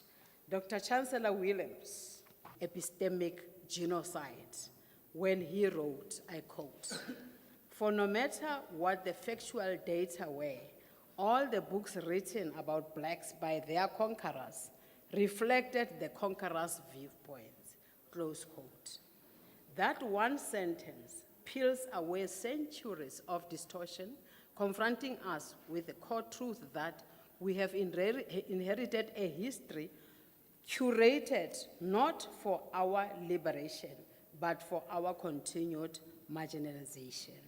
It reminds us that for as long as our heritage institutions mirror the frameworks left behind by colonialism and apartheid, we continue the function of conquerors. We exclude, we sanitize, we silence. Chancellor Williams' intellectual project was not merely historical, it was revolutionary. He committed decades of rigorous research across Africa, tracing the rich political, scientific, and cultural systems that predated colonialism. He did not glorify Africa in abstraction, but to prove with evidence that Africa had once governed itself, educated itself, healed itself, and built civilizations that stood toe-to-toe with the so-called old world. Honorable Speaker, a lot has been done in the past 3 decades. Our democratic constitution, crafted under the leadership of the ANC, enshrines the right of every community to practice, protect, and promote their culture and language without fear or discrimination. This is a historic achievement we must celebrate. The ANC committed to ensuring that cultural institutions are accessible to all South Africans, not just a privileged few. We have elevated indigenous languages to official status, giving them rightful recognition in schools, courts, and communities. We have restored and expanded heritage sites and museums, telling the full story of our nation, not only the painful past of apartheid, but also the rich traditions of African civilization, creativity, and resilience. Places like Robben Island and the Cradle of Humankind stand profoundly as UNESCO World Heritage Sites, reminding the world of the depth of our history. The ANC has made deliberate efforts to give recognition to the Khoi and San communities, and the restoration of their place in our national narrative is an important step in correcting centuries of erasure. However, a lot still has to be done. Today, as we reimagine our heritage institutions, let us wake up from what Chancellor Williams called the deep sleep of colonial indoctrination and heed his intellectual warning that unless Africans themselves control the narratives, the frameworks, the priorities of heritage, we are merely museum guards of other people's interpretations. We are here today to say we shall not allow the destruction of our civilizations by omission, distortion, or neglect, which led to amnesia and commodification.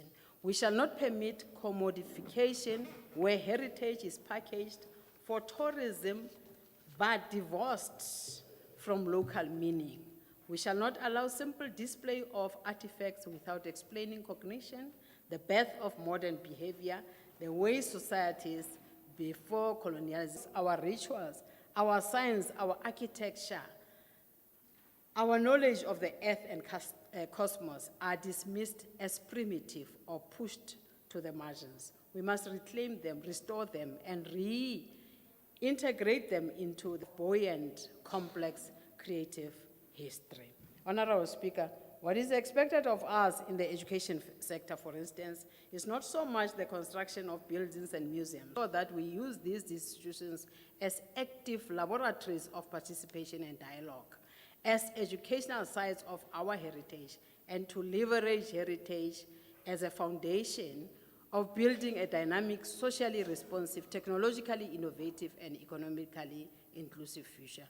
This will ensure that schools are not just places of academic learning, they are also spaces where identity and character are formed. So by integrating cultural education, promoting indigenous languages and games, encouraging traditional art forms, and celebrating diverse heritage days within our schools, we ensure that children grow up with a sense of belonging and respect to their roots and others' cultures. Honorable Speaker, one of the concerns we face is that many of our children and young people have come to regard culture as something outdated or even taboo, some associated with superstition or backwardness. Others feel disconnected from their tradition, often leads to identity crisis and a lack of moral direction, making it harder for young people to navigate societal challenges confidently. We must recognize that reviving cultural appreciation can empower our youth and strengthen their sense of self. This is why it becomes our collective responsibility as parents, teachers, leaders, and communities to reintroduce culture as a source of pride, wisdom, and moral grounding in our schools and in our classrooms. Honorable Speaker, as the Department of Education, we support legislation and budgeting that protect not only tangible heritage, but the intangible as well. Intangible such as languages, music, drama, stories, and rituals. The recent launch of mother tongue-based education program is a vital step in preserving and promoting such intangible cultural heritage through language. The expansion of art schools in the province is testimony to our intention to promote our cultural heritage. Honorable Speaker, we fully understand that to truly engage learners in science education, we must embed indigenous knowledge such as Basotho Hedi knowledge, traditional healers, medicinal knowledge, etc., into the teaching of subjects such as science, geography, and climate studies. This underscores that heritage is not just a collection of lyrics, but a testament to long histories of knowledge, innovation, and environmental adaptation. Honorable Speaker, ethnomathematics, the study of how different cultures understand and use mathematical ideas in daily life, offers a powerful way to bridge culture and curriculum. We are pleased to this end to announce that the Department of Education will be celebrating Heritage Month under the theme, Mathematics Meets Heritage in Harib.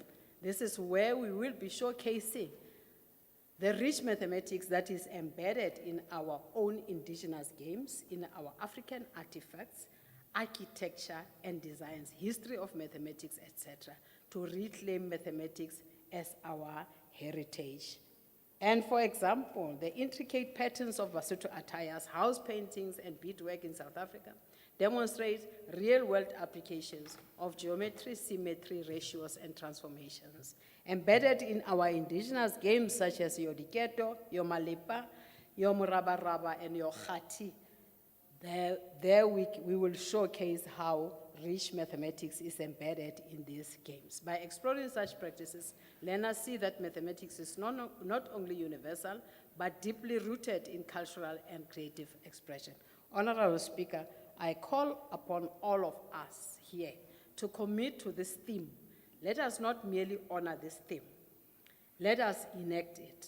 Let us reclaim that history, restore that heritage, reimagine our heritage institutions, not for luxury, but for justice, for identity, and for the very ground we stand on. As I conclude, Honorable Speaker, Chinua Achebe, the well-known Nigerian novelist, poet, and critic who highlighted the importance of African stories and culture, once said, I quote, "Until the lions tell their own story, the hunter will always be the hero," close quote. This powerful statement reminds us that history is not written only by victors. History is in our bones, in the earth, in the skies above Free State. It reminds us that if we do not speak for ourselves, our narratives, our struggles, and our triumphs risk being overshadowed, we risk being overshadowed, misunderstood, or forgotten. Let us commit ourselves today in this sitting to be the stewards of that truth, where heritage institutions are not museums of silence, but voices of power, where our children are not ashamed of where they come from, but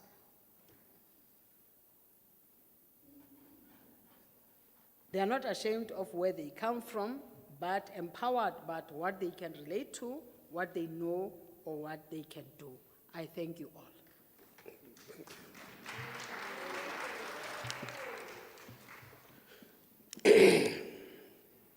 Thank you. Honorable Member Mkabela.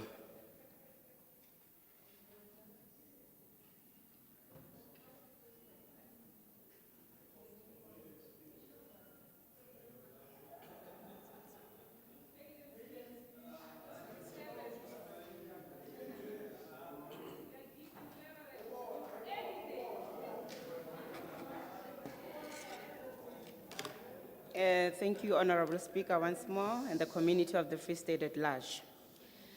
As we gather here today, under the powerful theme that is reimagining our heritage institution for a new era, in doing so, we are not only honoring the past, but shaping the soul of our future.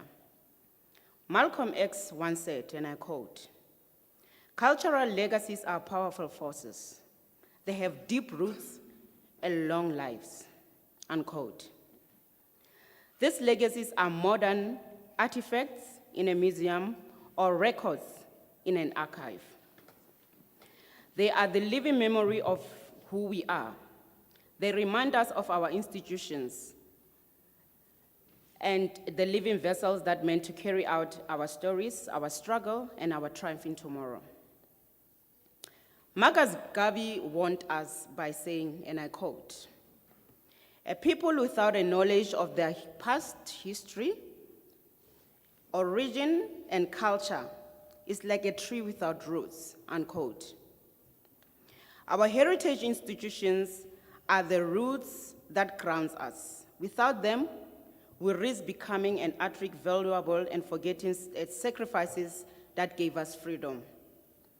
The wisdom that sustains our community and the creativities that shapes our identity. But let us be honest. Too often, our heritage institutions stand frozen, speaking only to the past and not to the present, and not boldly enough to the future. To reimagine them is a new era.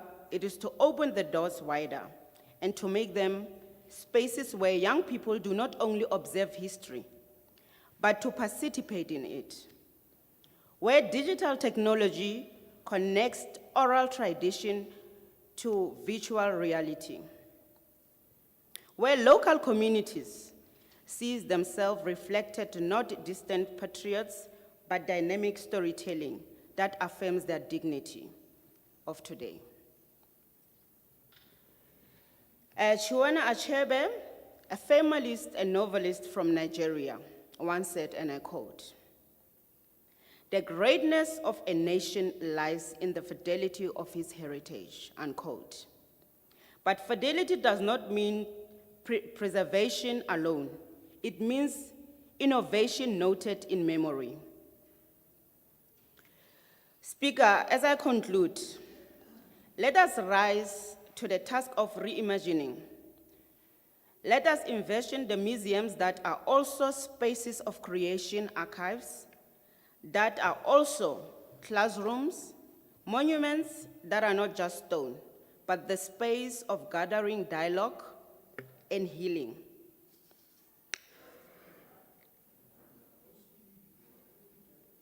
Thank you. It's your, it's your maiden speech. I was just waiting you to finish. Thank you, Speaker, you are so kind. Ereke qala ka ho etsa tjena, Speaker, hobane ke letsatsi la heritage. Ke re nna ke ngwana Mophaladi Motlatla, ke ngwana metsi ke buswa ke moya. Ba ntse bang ba re kubu ntsha marota re bone. Wena o mang? Thank you.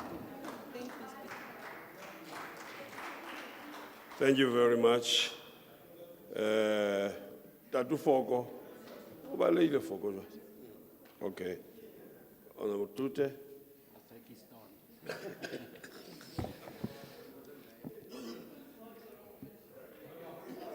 Dankie agbare Speaker. Erfenisdag is die dag waarna ons terugkeer na dit wat ons anders maak van mekaar. Ons erken dat ons dinge anders doen en ons wys dit waarop ons trots is. En ons hoef nie en ons durf nie te verduidelik hoekom nie. Ons is trots op wie ons is. But Speaker, it's useless to reimagine our heritage institutions if those very institutions are falling apart. Our heritage-rich towns, Wepener, Brandfort, or then Winnie Mandela Town, Springfontein, Winburg, Kroonstad, and yes, even Bloemfontein, look like service delivery war zones. Municipalities can't even reimagine themselves. That, Speaker, is the heritage the ANC will leave behind, a heritage of decay and destruction. Terwyl ons meer beelde te hê, wat ons geskiedenis mooi uitbeeld, word beelde eerder verwyder, asof dit moontlik is om die geskiedenis te verander. President Steyn, wat die groot dryfkrag agter die Vrou-monument was en instrumenteel tot die oprigting en stigting van die Universiteit van die Vrystaat, se standbeeld is in 2020 verwyder, na jare se debat en voorstelle. Onder die voorstelle van die alumni en studenteleiers was dat meer standbeelde van prominente figure, veral van die Vrystaat, opgerig word om ons erfenis te reflekteer. Een konkrete voorstel was dat 'n standbeeld van koning Moshoeshoe opgerig moes word. Die meerderheid het dit aanvaar, maar tot vandag toe het daar nog niks van gekom nie. Tog is miljoene rande bestee aan standbeelde van nie-Suid-Afrikaners, soos Fidel Castro. Maar nêrens 'n standbeeld van koning Moshoeshoe nie. Where is the local meaning? Who deserves a statue, Honorable Maboya? A genocidal executioner or the diplomat? Speaker, ons mense se erfenis lê nie in verval of buitelande se name nie. Dit lê in ons stories, die mense en die leiers van ons land wat ons help vorm het. Ons eis dat die Vrystaat met trots moet opstaan op sy eie erfenis. Die ANC se erfenis mag dalk wees een van verval, maar ons erfenis sal die een wees van hoop, trots, bou en herstel. Dankie, Speaker. Thank you. Honorable Member Msimang.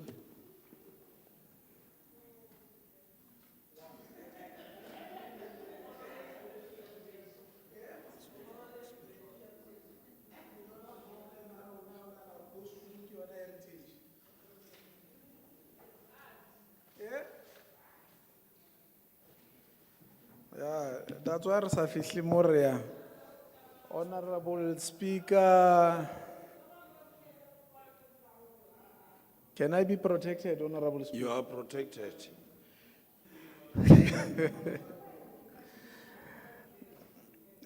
Honorable Speaker. Honorable members, Kwela uqalwa. Ba tlwele ke tla kena o bona no. Alika Kwela uqalwa. Le tla tlwela moqala le. Ska kena o bona debate. Are. Honorable Speaker, Premier in absentia as usual. When I debate, she must be out. MECs and honorable members, my provincial chair in absentia, my treasurer in absentia, and deputy secretary in absentia. All protocol observed, and the commander-in-chief if possible. I refuse to limit my heritage to costume, traditional beer, and knobkir. To me, when you talk about heritage as an African child, it should be, amongst others, and central about land. So, in emphasizing a point around this issue, Frederick Engels, a friend of Karl Marx, he says, at the graveside of Karl Marx, that one of the greatest discoveries of Karl Marx was that a man must eat. And we refuse to be part of heritage that does not talk to issues of land. Christopher Columbus, he goes to one of the Caribbean islands called Guanahini, and then decides to change the name from Guanahini to San Salvador. Why was he doing that? He was doing that because in naming and renaming and changing the name of that island, he was claiming an ownership to that land. Moving fast forward, before 1854, Free State was named Free State as we know it. Those of Dutch descent who came from Netherlands, they were working in Cape Town. As they were working there, they felt conditions were not proper and they've been exploited for quite some time. They decided to leave Cape Town to come to this part of the place. The first thing that they did, after driving Kim Moshweshwe away from this land, they named this land Orange Free State. Orange referring to the royal family of Netherlands. So we're basically called about something that has nothing to do with us as Africans.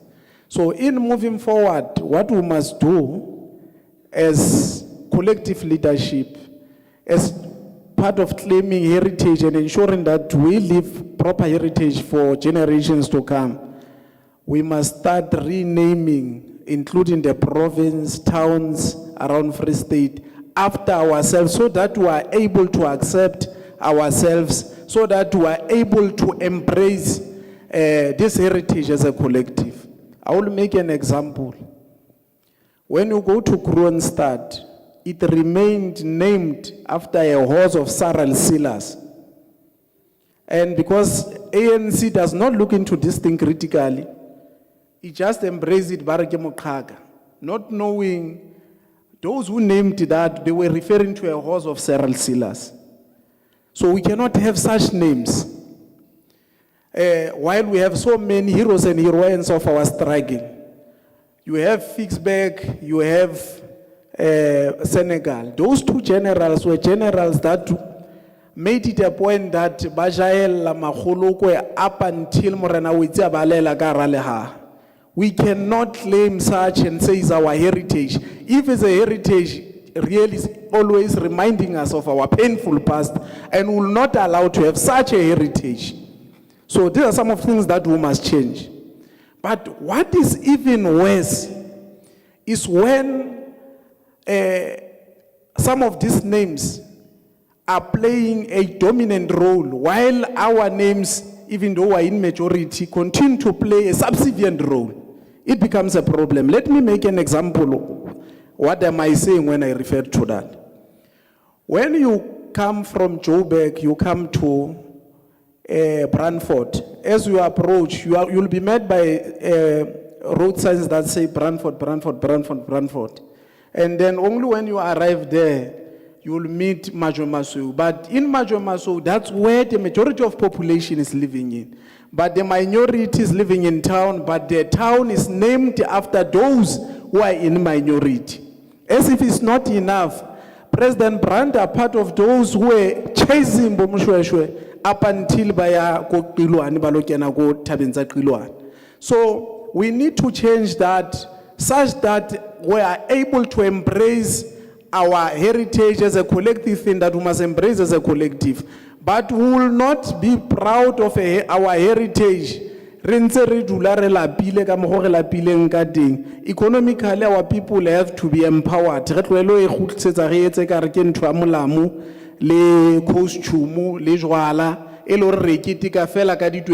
December. We need to move beyond that in ensuring that we celebrate it properly. But amongst other things, we should be empowered economically such that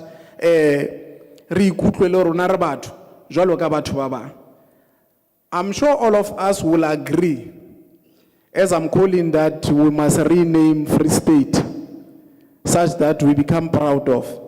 You cannot go to Netherlands. Au fihla mo bo fihla or party nngwe ya Netherlands ke majwa masweu.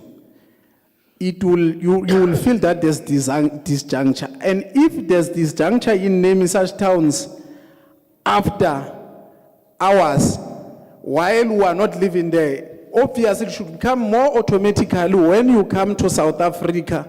On name a place South Africa, Kabato Badula in South Africa, they should reflect the demographics of this beautiful a country and the province. So I'm putting this as a challenge. Let's call ourselves about with our names. Let's call ourselves basically exactly who we are. Containing it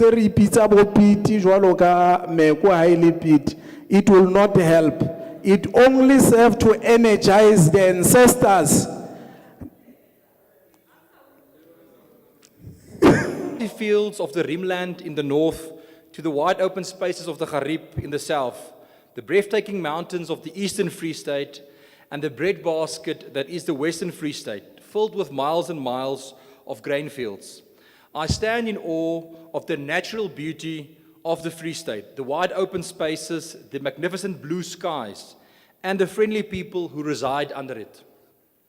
Let us acknowledge all the people and communities across our beloved province, so diverse and rich in history. Let us celebrate our diversity and differences, but acknowledge that the Free State have shared dignity, humility, and importantly, we have a shared future. Our unity is in our diversity, and our diversity is an asset, one that can take the Free State to new heights. Speaker, we acknowledge the thousands of individuals who have dedicated their existence to building the Free State, its towns, its villages, and its dorpies, its institutions, as well as its businesses. We honor those who have sacrificed their lives in pursuit of justice and a democratic dispensation based on human rights, on the rule of law, and the supremacy of the Constitution. We are here today because of their hard work, their dedication and sacrifice of all of those before us. Ordinary Free Staters who have, through their contribution to society, however big or small, contributed to a better today. I think of the dedicated and loving parents we have, our omas and opas and gogos, our teachers and our caregivers, our public servants, men and women in uniform, the farming community, engineers, doctors and nurses, cleaners and general workers. These are ordinary people of the Free State who work every day and who have worked throughout their lives to provide for the people of this province. They are part of our heritage. We are here because of their sacrifice, their hard work, their blood, sweat and tears. We acknowledge your contribution and your legacy to this province. Honourable Speaker, although we have come far as a nation, there is still a lot that must be done to overcome the injustices of the past and the injustices of the present. The question this 7th legislature must ask itself and ourselves, both the executive and the opposition, is what legacy will we leave behind in government? How will history judge us? Will we be on the right side or will we be on the wrong side of it? Individuals must account, and so must governments and its leaders. Speaker, unfortunately, the Free State, the legacy that will be left behind is threatened by poor governance, outdated policies, and ideologic numbness. Speaker, does the ANC-led Free State provincial government want to be Lolo? Would any government want to go down in history books under this phrase of capacity dololo? Or perhaps in the Free State we can recoin it to saying capacity kaufela or gatetsi. Speaker, unfortunately, that is the case when it comes to the heritage of government performance in this province. The history that is being written is one of a failed state, Speaker, just yesterday we saw half-built houses in Zastron that were started in 2008 and 2007. So that means 18 years it took, and today we still have unfinished housing projects, road infrastructure. That is the legacy that is being left in this province. A legacy of dilapidated sporting and arts infrastructure, pushing our youth towards abuse of substance and teenage pregnancies. A legacy of poor primary health care, where the most vulnerable are left in despair, waiting months on end to receive critical treatment and operations. A legacy of endless corruption, maladministration, poor performance, and no consequence management. That should be we could barely Speaker, I strongly doubt that this is the type of heritage any resident of this province envisions. The people of our province, this is not the heritage they want to leave behind. Municipality in this Free State province could obtain a clean audit for 7 consecutive years. Indeed, the heritage, especially on our rivers and dams across and by refuse, at the Gariep Dam, the mighty Orange River, the Vaal, the Wilgerivier, Sandspruit, the Modderrivier, and the Vetrivier. Thousands of liters of untreated raw sewage is leaking into these precious pieces of our natural heritage. Speaker, just down the road, it has become the norm for thousands of tons of refuse to be dumped into the Bloemspruit Canal. If we drive down here, we will see there, close to Central Park, thousands of tons of refuse being thrown into the canal. When it rains, all of that refuse is that, and we will see that. It is terrible. Speaker, nog 'n hartverskeurende uitwerking van die swak bestuur in die provinsie en die nalatenskap wat hier gelaat word, is die verskriklike hoë werkloosheid onder jeugdiges, wat in kwartaal 1 van 2025 op 69% in die provinsie gestaan het. Ek het probeer om kwartaal 2 se spesifieke data te kry vir jeugwerkloosheid, maar ek kon dit ongelukkig nie kry nie. Maar hierdie is angswekkende syfers. In ons provinsie sien ons dit, en ons kon dit gister ook gesien het, toe ons gery het in Itumeleng en Zastron. By elke tweede huis was daar jeugdiges wat gevra het u vir my werk? Is daar 'n moontlikheid van werk? Ons jong mense is honger vir werk en vir vaardighede. Is dit werklik die angswekkende syfers en die nalatenskap wat die ANC in hierdie provinsie wil agterlaat? Our heritage sites, historical buildings and architecture, our serene provincial reserves and parks and cultural diversity hold so much potential for the province. The youth of our province are untapped asset and deserve many more opportunities. Many of our youth sit with uncertain futures and nowhere to go. If we want to reimagine our heritage in this province, we must start with the youth. Many of our historic sites, historic buildings, provincial reserves and parks hold immense economic potential and can be used for skills development, and is an example of and we must be very clear about this. I think this street that we are seated in today is in South Africa one of the most historic streets. It is filled with historic sites and beautiful buildings. But the old presidency boasts a large veranda on the right-hand side. It boasts a well-fitted kitchen. It can really be utilized as a coffee shop or as a deli. It's situated across from the High Court, the Magistrates Court, and the Central University of Technology. A public-private partnership could start generating revenue and creating jobs. This is something we see across the world, where there is historical sites, museums, there is a coffee shop or a deli there. And these are things that the provincial government must investigate. With some creativity, extend these facilities to include access to Wi-Fi and computers. Ensure our learners are exposed to museums from a very young age. Grow that interest and love for history and museums from a very young age. And get institutions of higher learning involved for practical investors from the tourism industry, and look towards extending operating hours to weekends and public holidays. when many families have time to attend these institutions to become beacons of hope, of progress, learning, and reconciliation. But most importantly, they must be used to turbocharge the economy and provide for growth and tourism, to be centers of connectivity to technology and the internet, to places of safety for learners and students, and hubs of knowledge. Speaker, I really want to pose a challenge to the Seventh Administration and this House. In 2026, let us take some of our meetings, our sittings, and the work of the portfolio committees to places like the First Raadsaal, to places like Vaahoek, to places like at Vaahoek. They've got beautiful halls in the Third Raadsaal. Let's utilize those spaces to show the people we as a legislature are even passionate about being inside our heritage sites and making use of them. Speaker, despite the dire state of governance in this province, all hope is not lost. Die hoop beskaam nie. Across the Free State, hardworking and freedom-loving citizens and communities are writing their own history. Mense skryf hulle eie geskiedenis en herdefinieer die erfenis wat hulle gaan agterlaat. They have taken the responsibility into their own hands. Communities come together, private businesses have organized, civil organizations have been formed.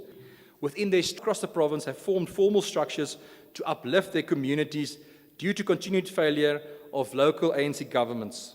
The DA all its people, building education and access to healthcare, dignified healthcare, of safe and secure communities, of clean streets, of clean rivers and clean dams. That is the heritage we want to see for this province, where each and every individual is given those basic building blocks and through hard work and dedication to better their lives, to provide for their families, and be able to contribute to a growing economy. This legacy can be built with a capable state, a state that is accountable and responsive to its people, that is not scared to account and to be responsible. A people deserve nothing less.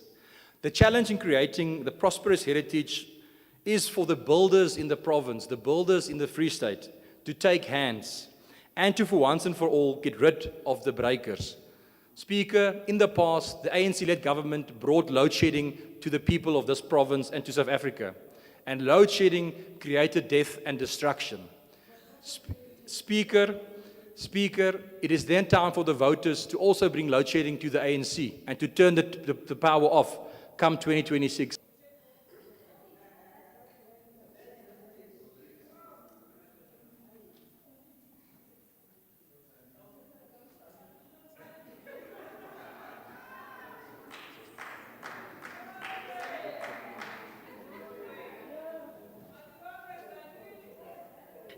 Thank you, Honorable Speaker, Honorable Premier, Honorable Deputy Speaker, Honorable members of the Executive Council, Honorable members of this august House. So, Honorable Klute, maybe we should give him a middle name, Honorable Armand ANC Klute.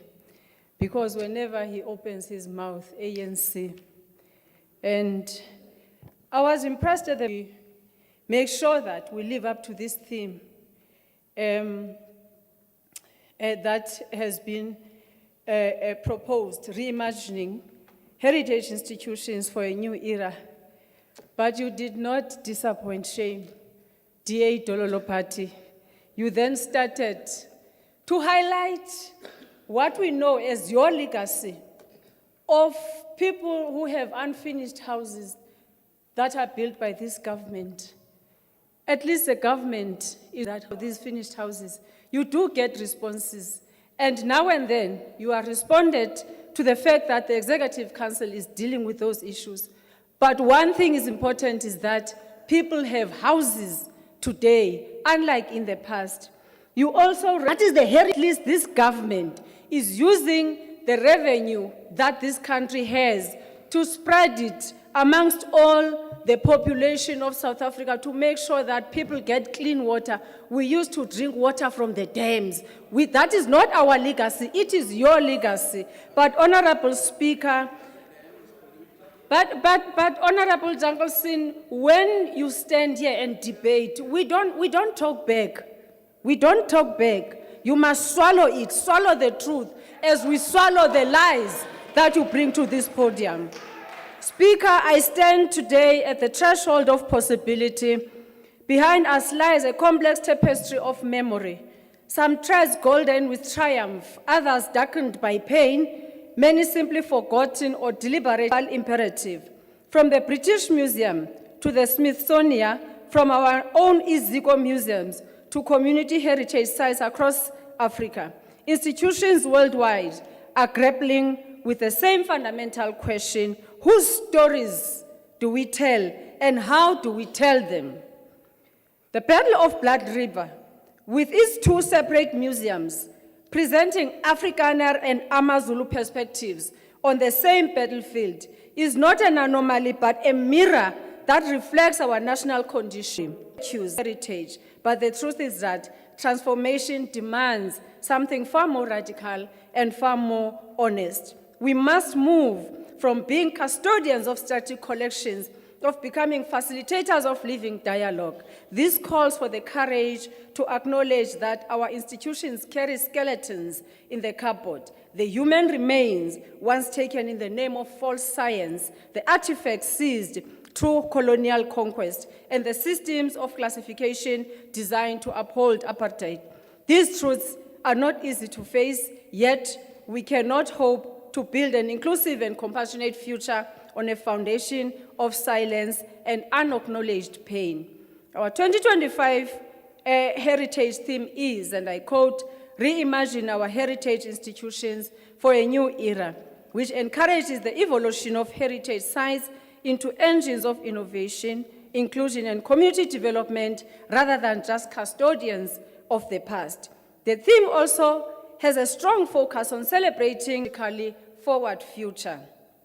Speaker, we are challenged to go beyond fine forms, shift from talking at people to talking with them, shift from a monologic approach to a multivocality, and ensure that the stories and histories of diverse communities are included and celebrated, rather than being presented from a single and exclusionary institutional viewpoint. Voices of the historically marginalized must be heard.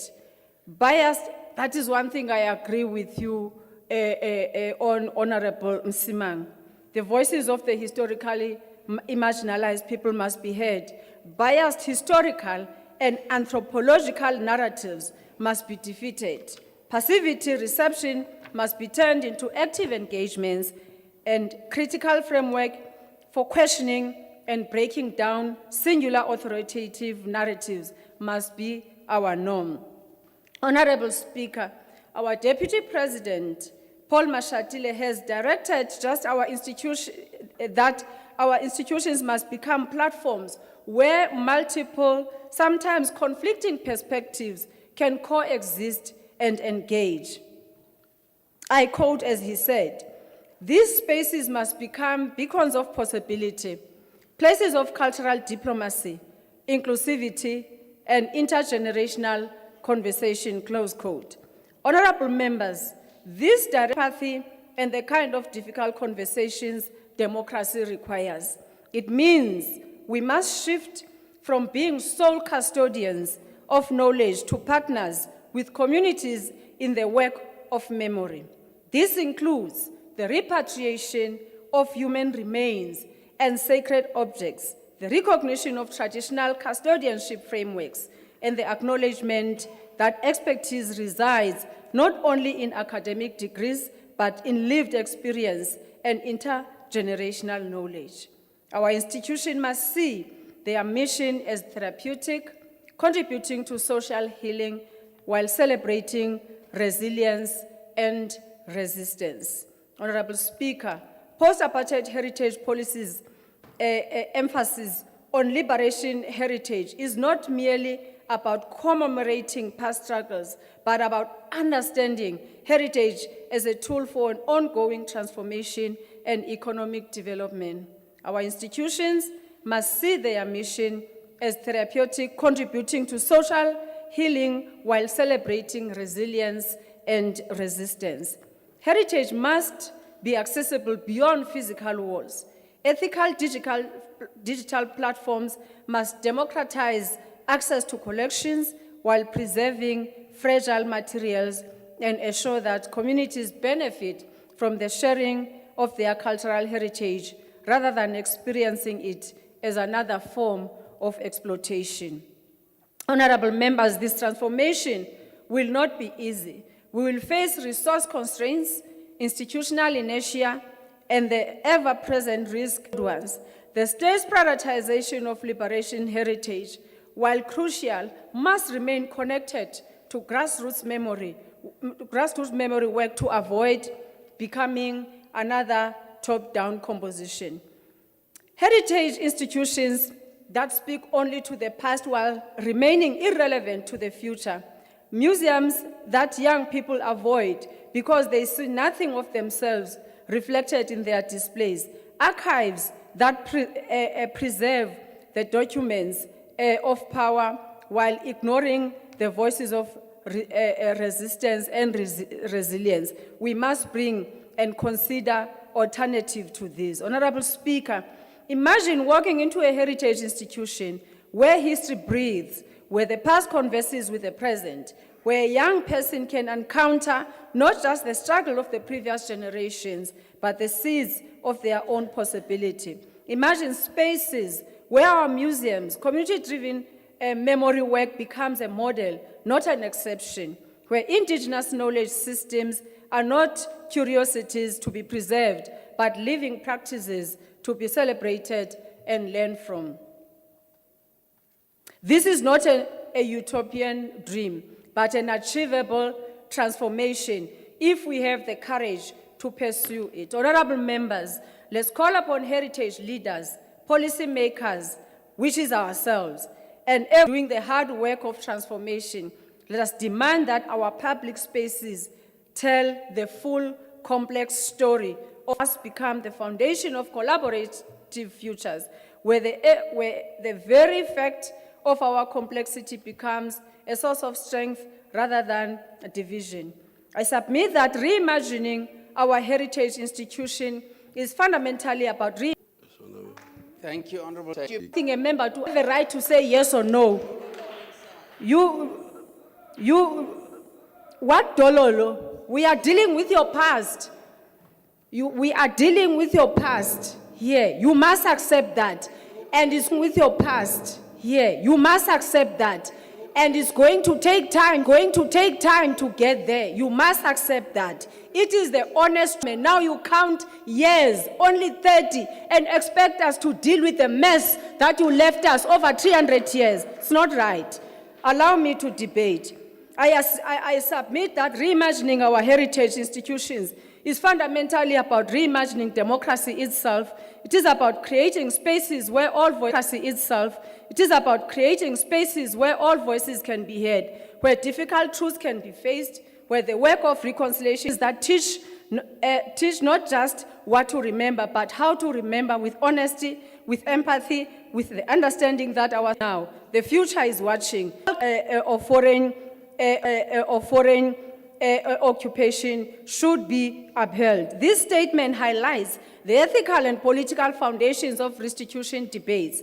It frames heritage not as mere property, but as a profound marker of identity, sovereignty, and justice. By asserting the right of countries to reclaim what was taken under colonial domination, Gilman situates restitution observes, and I quote, "In using the term heritage in this book, I have sometimes placed it in between quotes in order to signal its problematic character."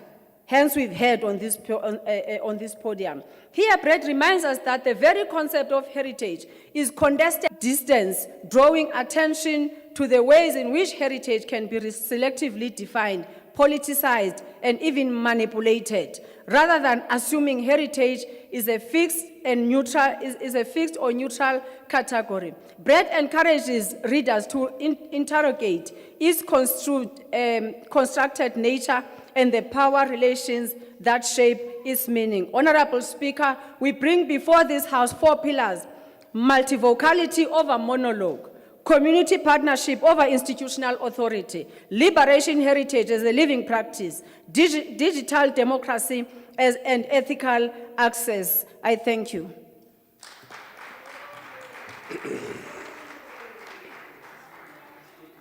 The debate by the honorable members, MEC Sifuba, concludes the business of the House today. The House shall now adjourn until further notice. The House is adjourned.